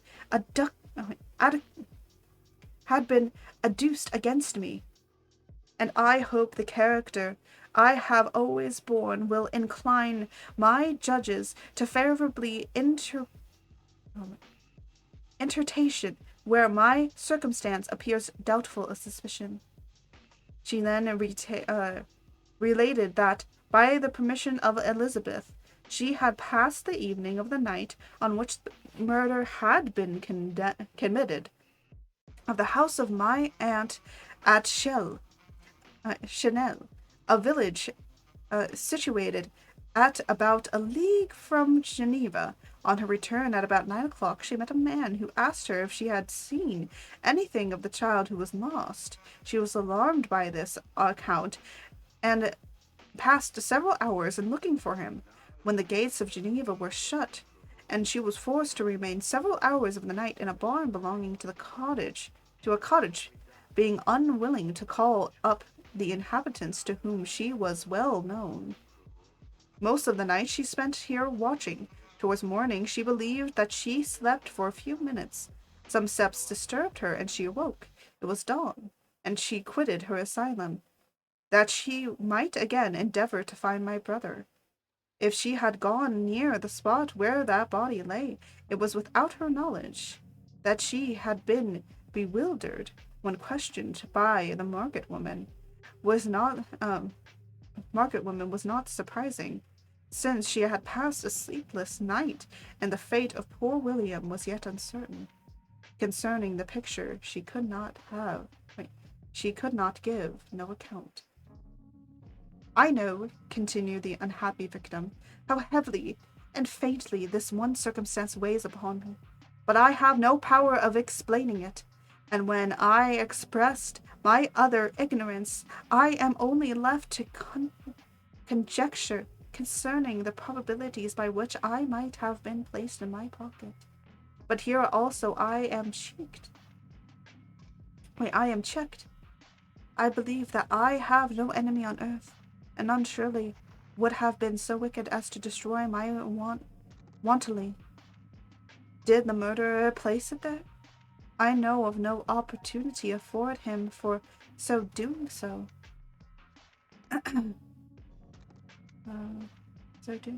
Or, if I had, why should he have stolen the jewelry to part with it again so soon?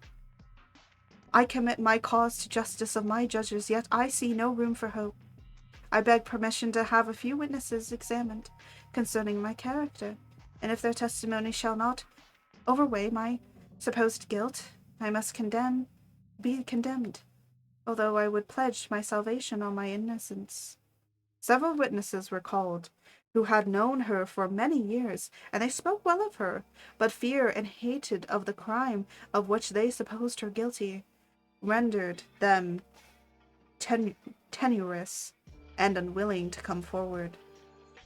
Elizabeth saw even this last resource, her excellent dispositions and irreproachable conduct, about to fail the accused, when although violently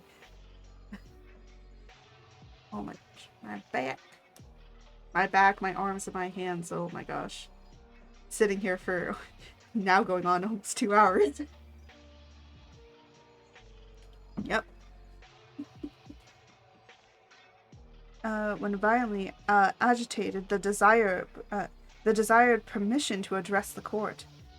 I am, she said, the cousin of the unhappy child who was murdered, or rather, his sister. For I was educated by and have lived with his parents ever since, and even long before his birth. It may therefore be judged indecent in me to come forward on this occasion. But when I see a fellow creature about to perish through the cowardice of her pretended friends, I wish to be allowed to speak, that I may say what I know of her character. I am well acquainted with the accused. I have lived in the same house with her, at one time for 5, and at another for nearly 2 years. During all that period she appeared to me the most amiable and benevolent of human creatures. She nursed Madame Frankenstein, my aunt, in her last illness, with the greatest affection and care, and afterwards attended her own mother during a tedious illness, in a manner that exceeded the admiration of all who knew her. After what she again lived in my uncle's house, where she was beloved by all the family. She was warmly attracted to the child who is now dead, and acted towards him like a most affectionate mother. For my own part, I do not hesitate to say that, notwithstanding all the evidence produced against her, I believe and rely on her perfect innocence. She had no temptation for such an action as to the Babel on which the chief proof rests. If she had earnestly desired it, I should have willingly given it to her. So much do I esteem and value her. A murmur of approbation followed Elizabeth's simple and powerful appeal, but it was excited by her generous interference, and not in favor of poor Justine, on whom the public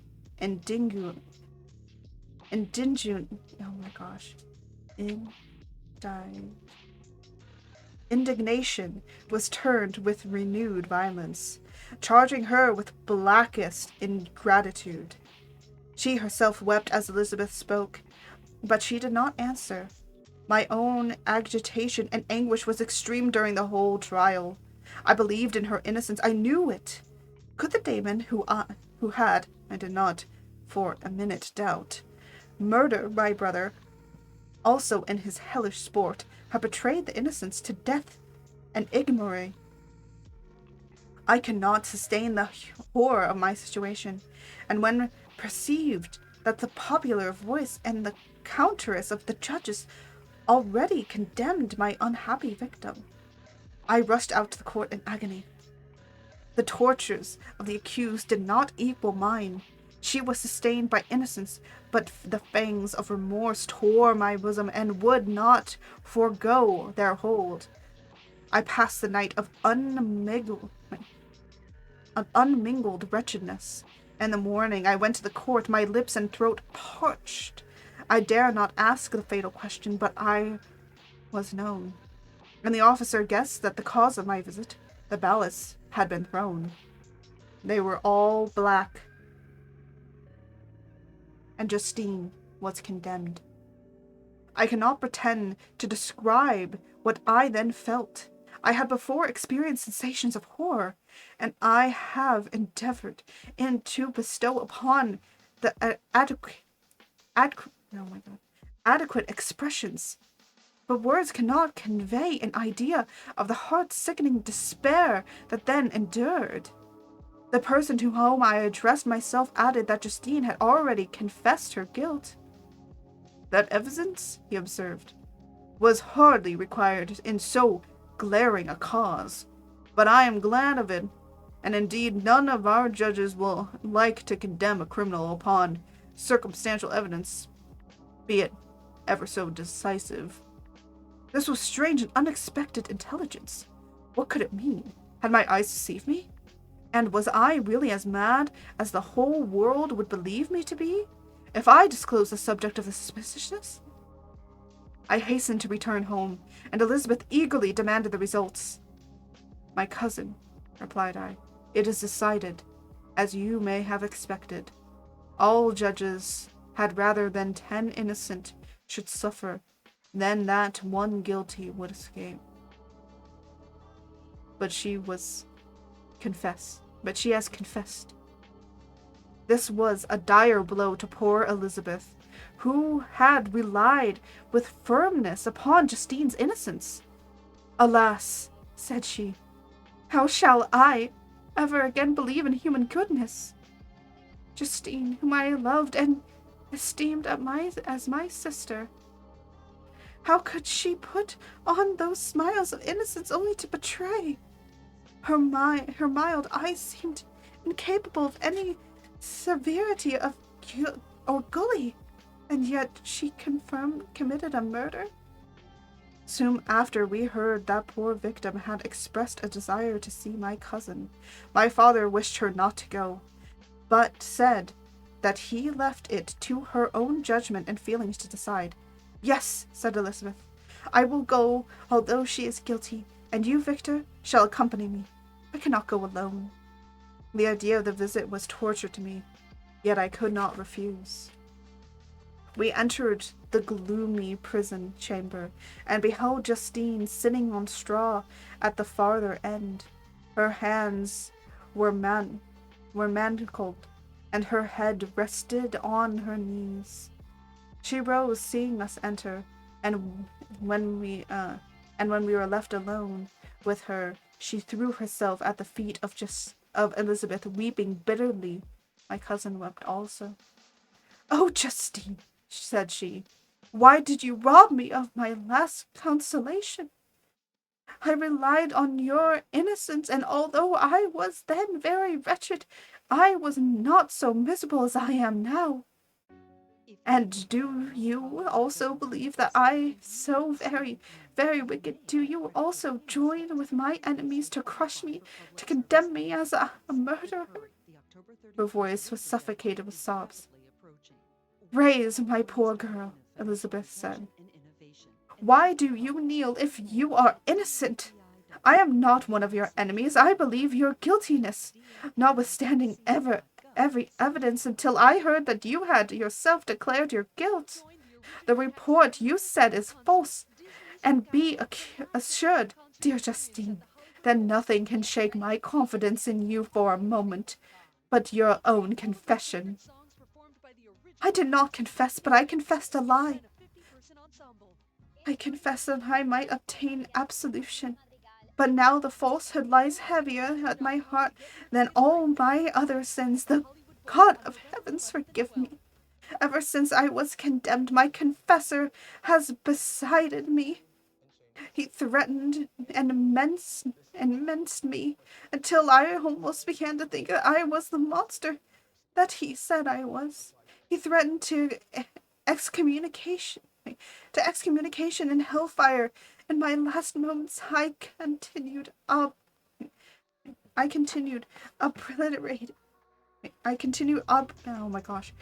obdurate. Dear lady, I had none to support me. All looked on me as wretched, doomed to ignominy and prediction. What could I do? In an evil hour I subscribed to a lie, and now only am I truly miserable. She paused, weeping, and then continued. I thought with horror, my sweet lady, that you should believe your Justine, whom your blessed aunt had so highly honored, and whom you loved, was a creature capable of crime which none but the devil himself could have prepared.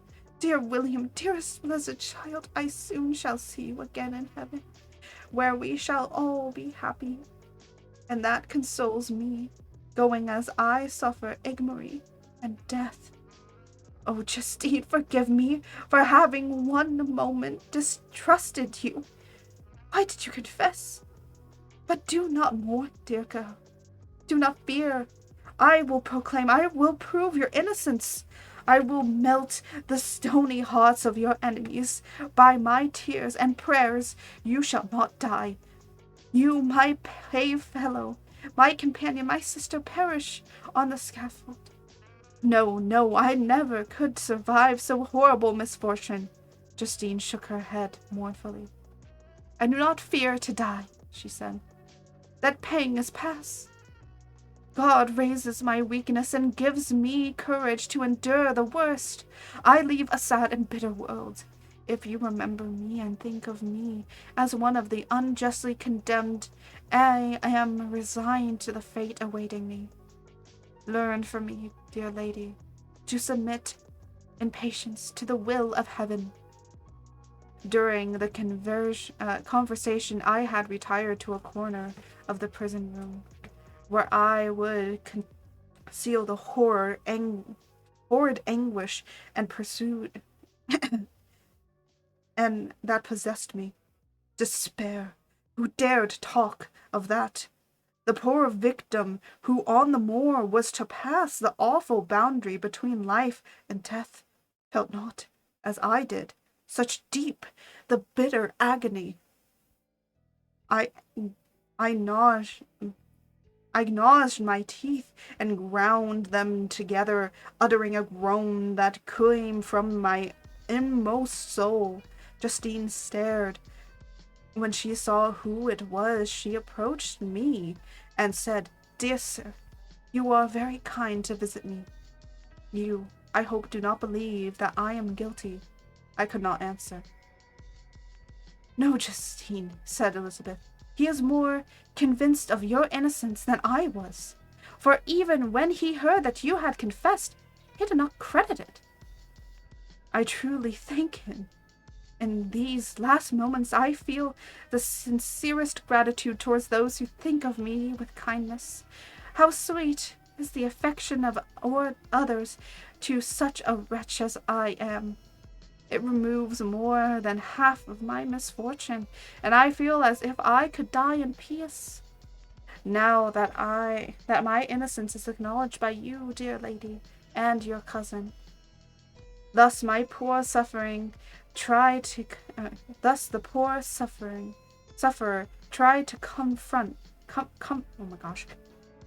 comfort others and herself.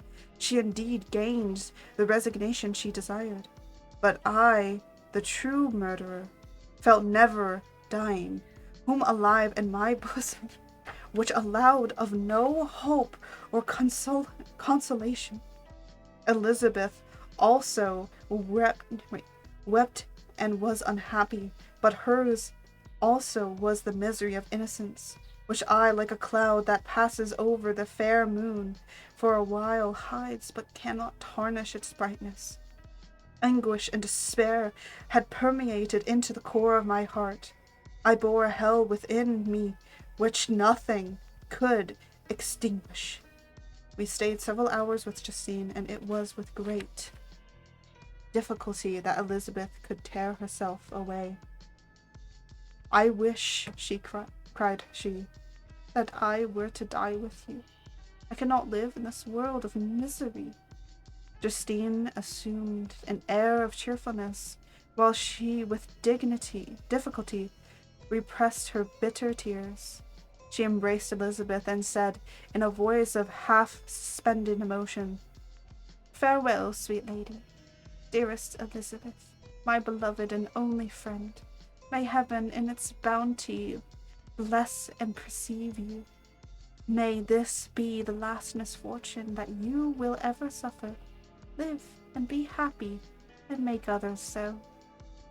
And on the morrow Justine died.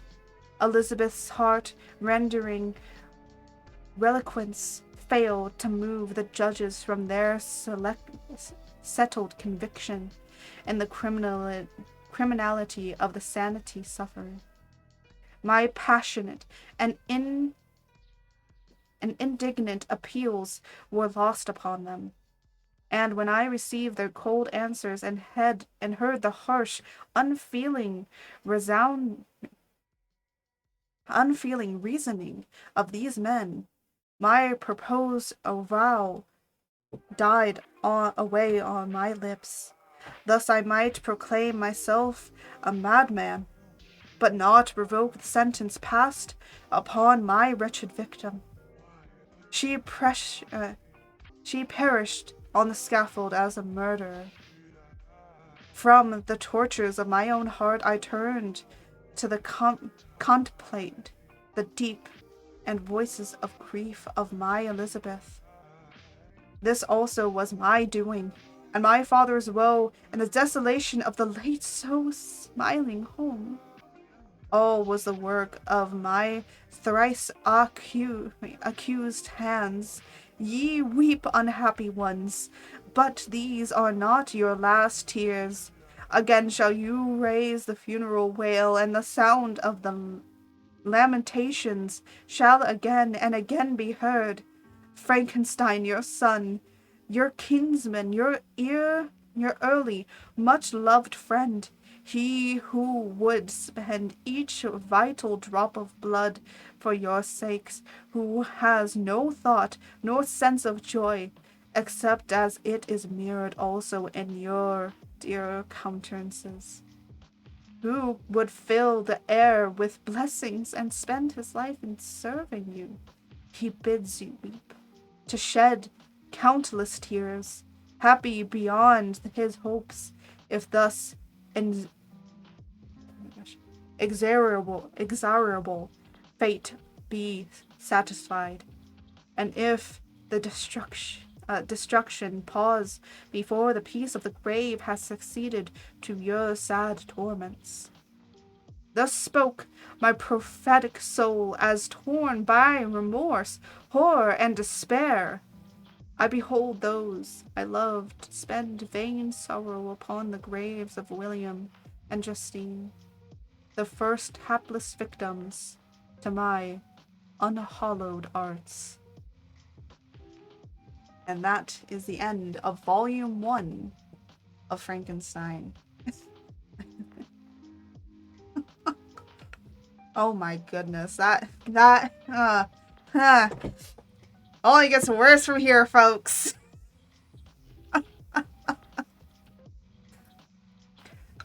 Yeah, the rest of it is mainly, yeah, Victor just going around and trying to do stuff. But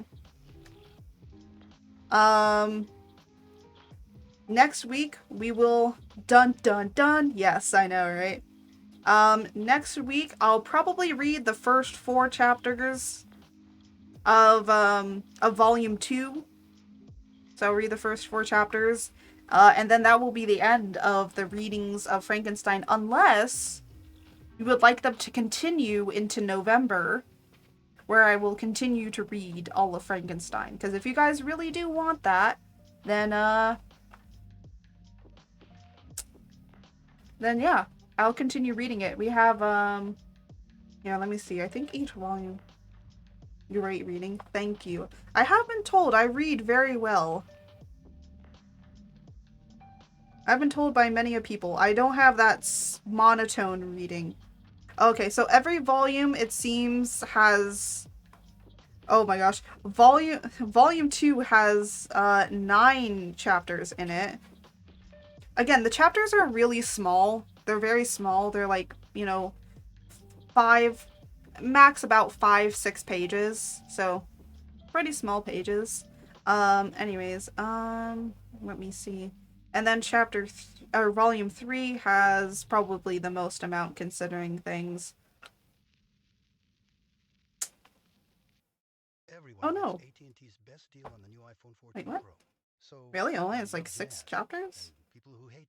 I'm trying to like figure... Huh. It only has 7 chapters in volume 3.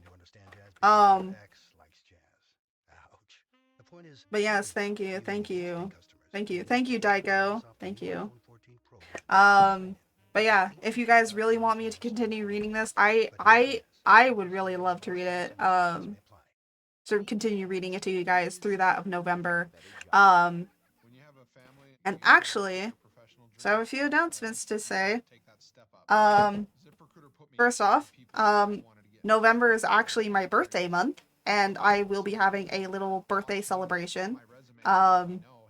I know I did a birthday celebration in June, but I'm doing another one because this is my actual birthday. And actually, it does happen on a Friday, so then on Saturday we'll do a Frankenstein reading birthday stream. Hey, yo, yeah. Also, I will say a few things. So, I was doing some stuff for my mom today because she does some stuff for church, and she does singing. She actually is part of the choir. And so I was doing some stuff for my mom, and I had to go through like emails and stuff. And I stumbled upon an email. I'm getting Splatoon 3, guys. Someone was very nice and got me Splatoon 3 on my throne. And so that was very nice of them. And I will probably be playing Splatoon on my birthday. So and I will probably be playing Splatoon other times, but probably gonna do a long Splatoon stream with that. Splatoon will be my first ever real FPS.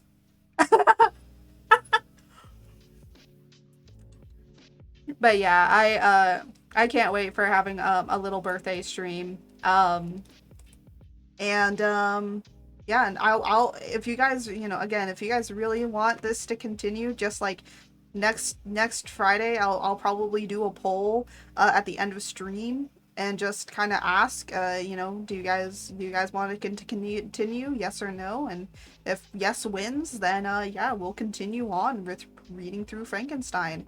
I do record all of these, and eventually, I have to look up YouTube's terms of service, but they will all come out for you guys to be able to re-go through these streams, and me reading the full thing of Frankenstein, again, each part. Of course, they will be labeled by chapter, so that then everyone can see which volume and chapter we're on. So yeah, so if you don't follow me on YouTube or subscribe to me on YouTube, you can go over to my links, over to my social links, and they'll be in there. I think I have a socials.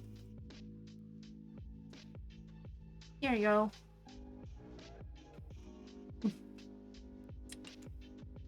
So yeah, I have to read YouTube's terms of service before putting it out there, just to make sure, because the last thing I need is to get copyrighted.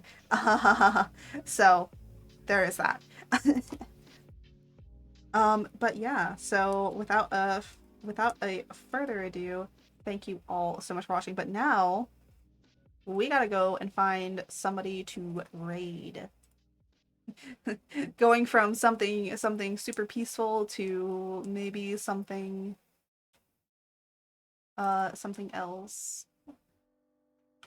Back to the animalistic. Hmm. The monster that lies. Okay, I know where I know where I'm sending you. I am sending you to a Dead by Daylight stream. And it looks like my friend Otto is playing with a bunch of friends. I was wondering why Otto wasn't in here.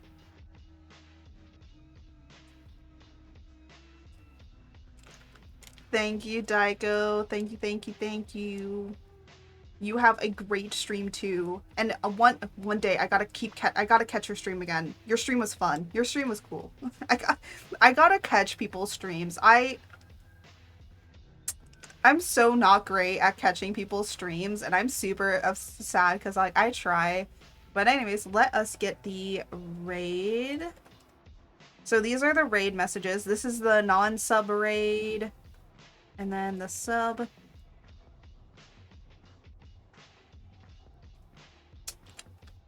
We just have to do this.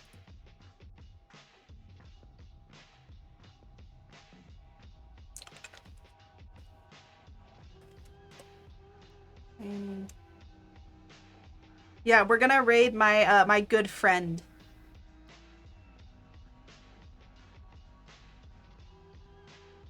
Busy with her. Yeah, I know. Yeah. Well, if I do want to catch your stream, you know, whenever you come up in streaming again. But anyways, let's send you to this great Dead by Daylight stream, eh? Great day. I'll be around more often. Oh, that's so nice. Yeah, other than doing these Frankenstein readings, I'm more of an artist. All of the stuff that you see around here, except the Frankenstein book and this book down here, I created myself. And then on Wednesdays, I play games. But this Wednesday, I'm doing a tier list. Art loves spooky games. I don't. Don't say that, Tycho. I don't. Daiko, you saw how you saw my games were. Oh, also, by the way, before I forget, before anyone starts leaving too much, Halloween, I will be doing a full Five Nights at Freddy's. I will be going through the entire, not the entire franchise, but we'll be playing through the Five Nights at Freddy's game. And because of how shit I am, I know it's going to be terrible. Because I'm very, very bad at playing Five Nights. I have played FNAF games before, so...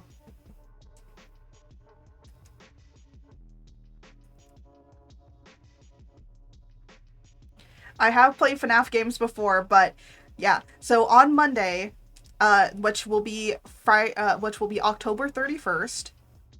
Not this Monday, like in a week's time, I will be playing Five Nights at Freddy's. The first Five Nights at Freddy's. The one, and I am going to actually explain to you the history of this game a little bit because I have done too much in-depth research about this fucking game. I am worse than game theorists, okay? But yeah, we're going to be playing that on October 31st. And I will try as quickly as possible to put it up on the YouTubes as well. So you'll get to see that whole entire reaction as well if you miss it. But thank you all so much for watching. And as I always say, may the winds guide you until next time. Goodbye.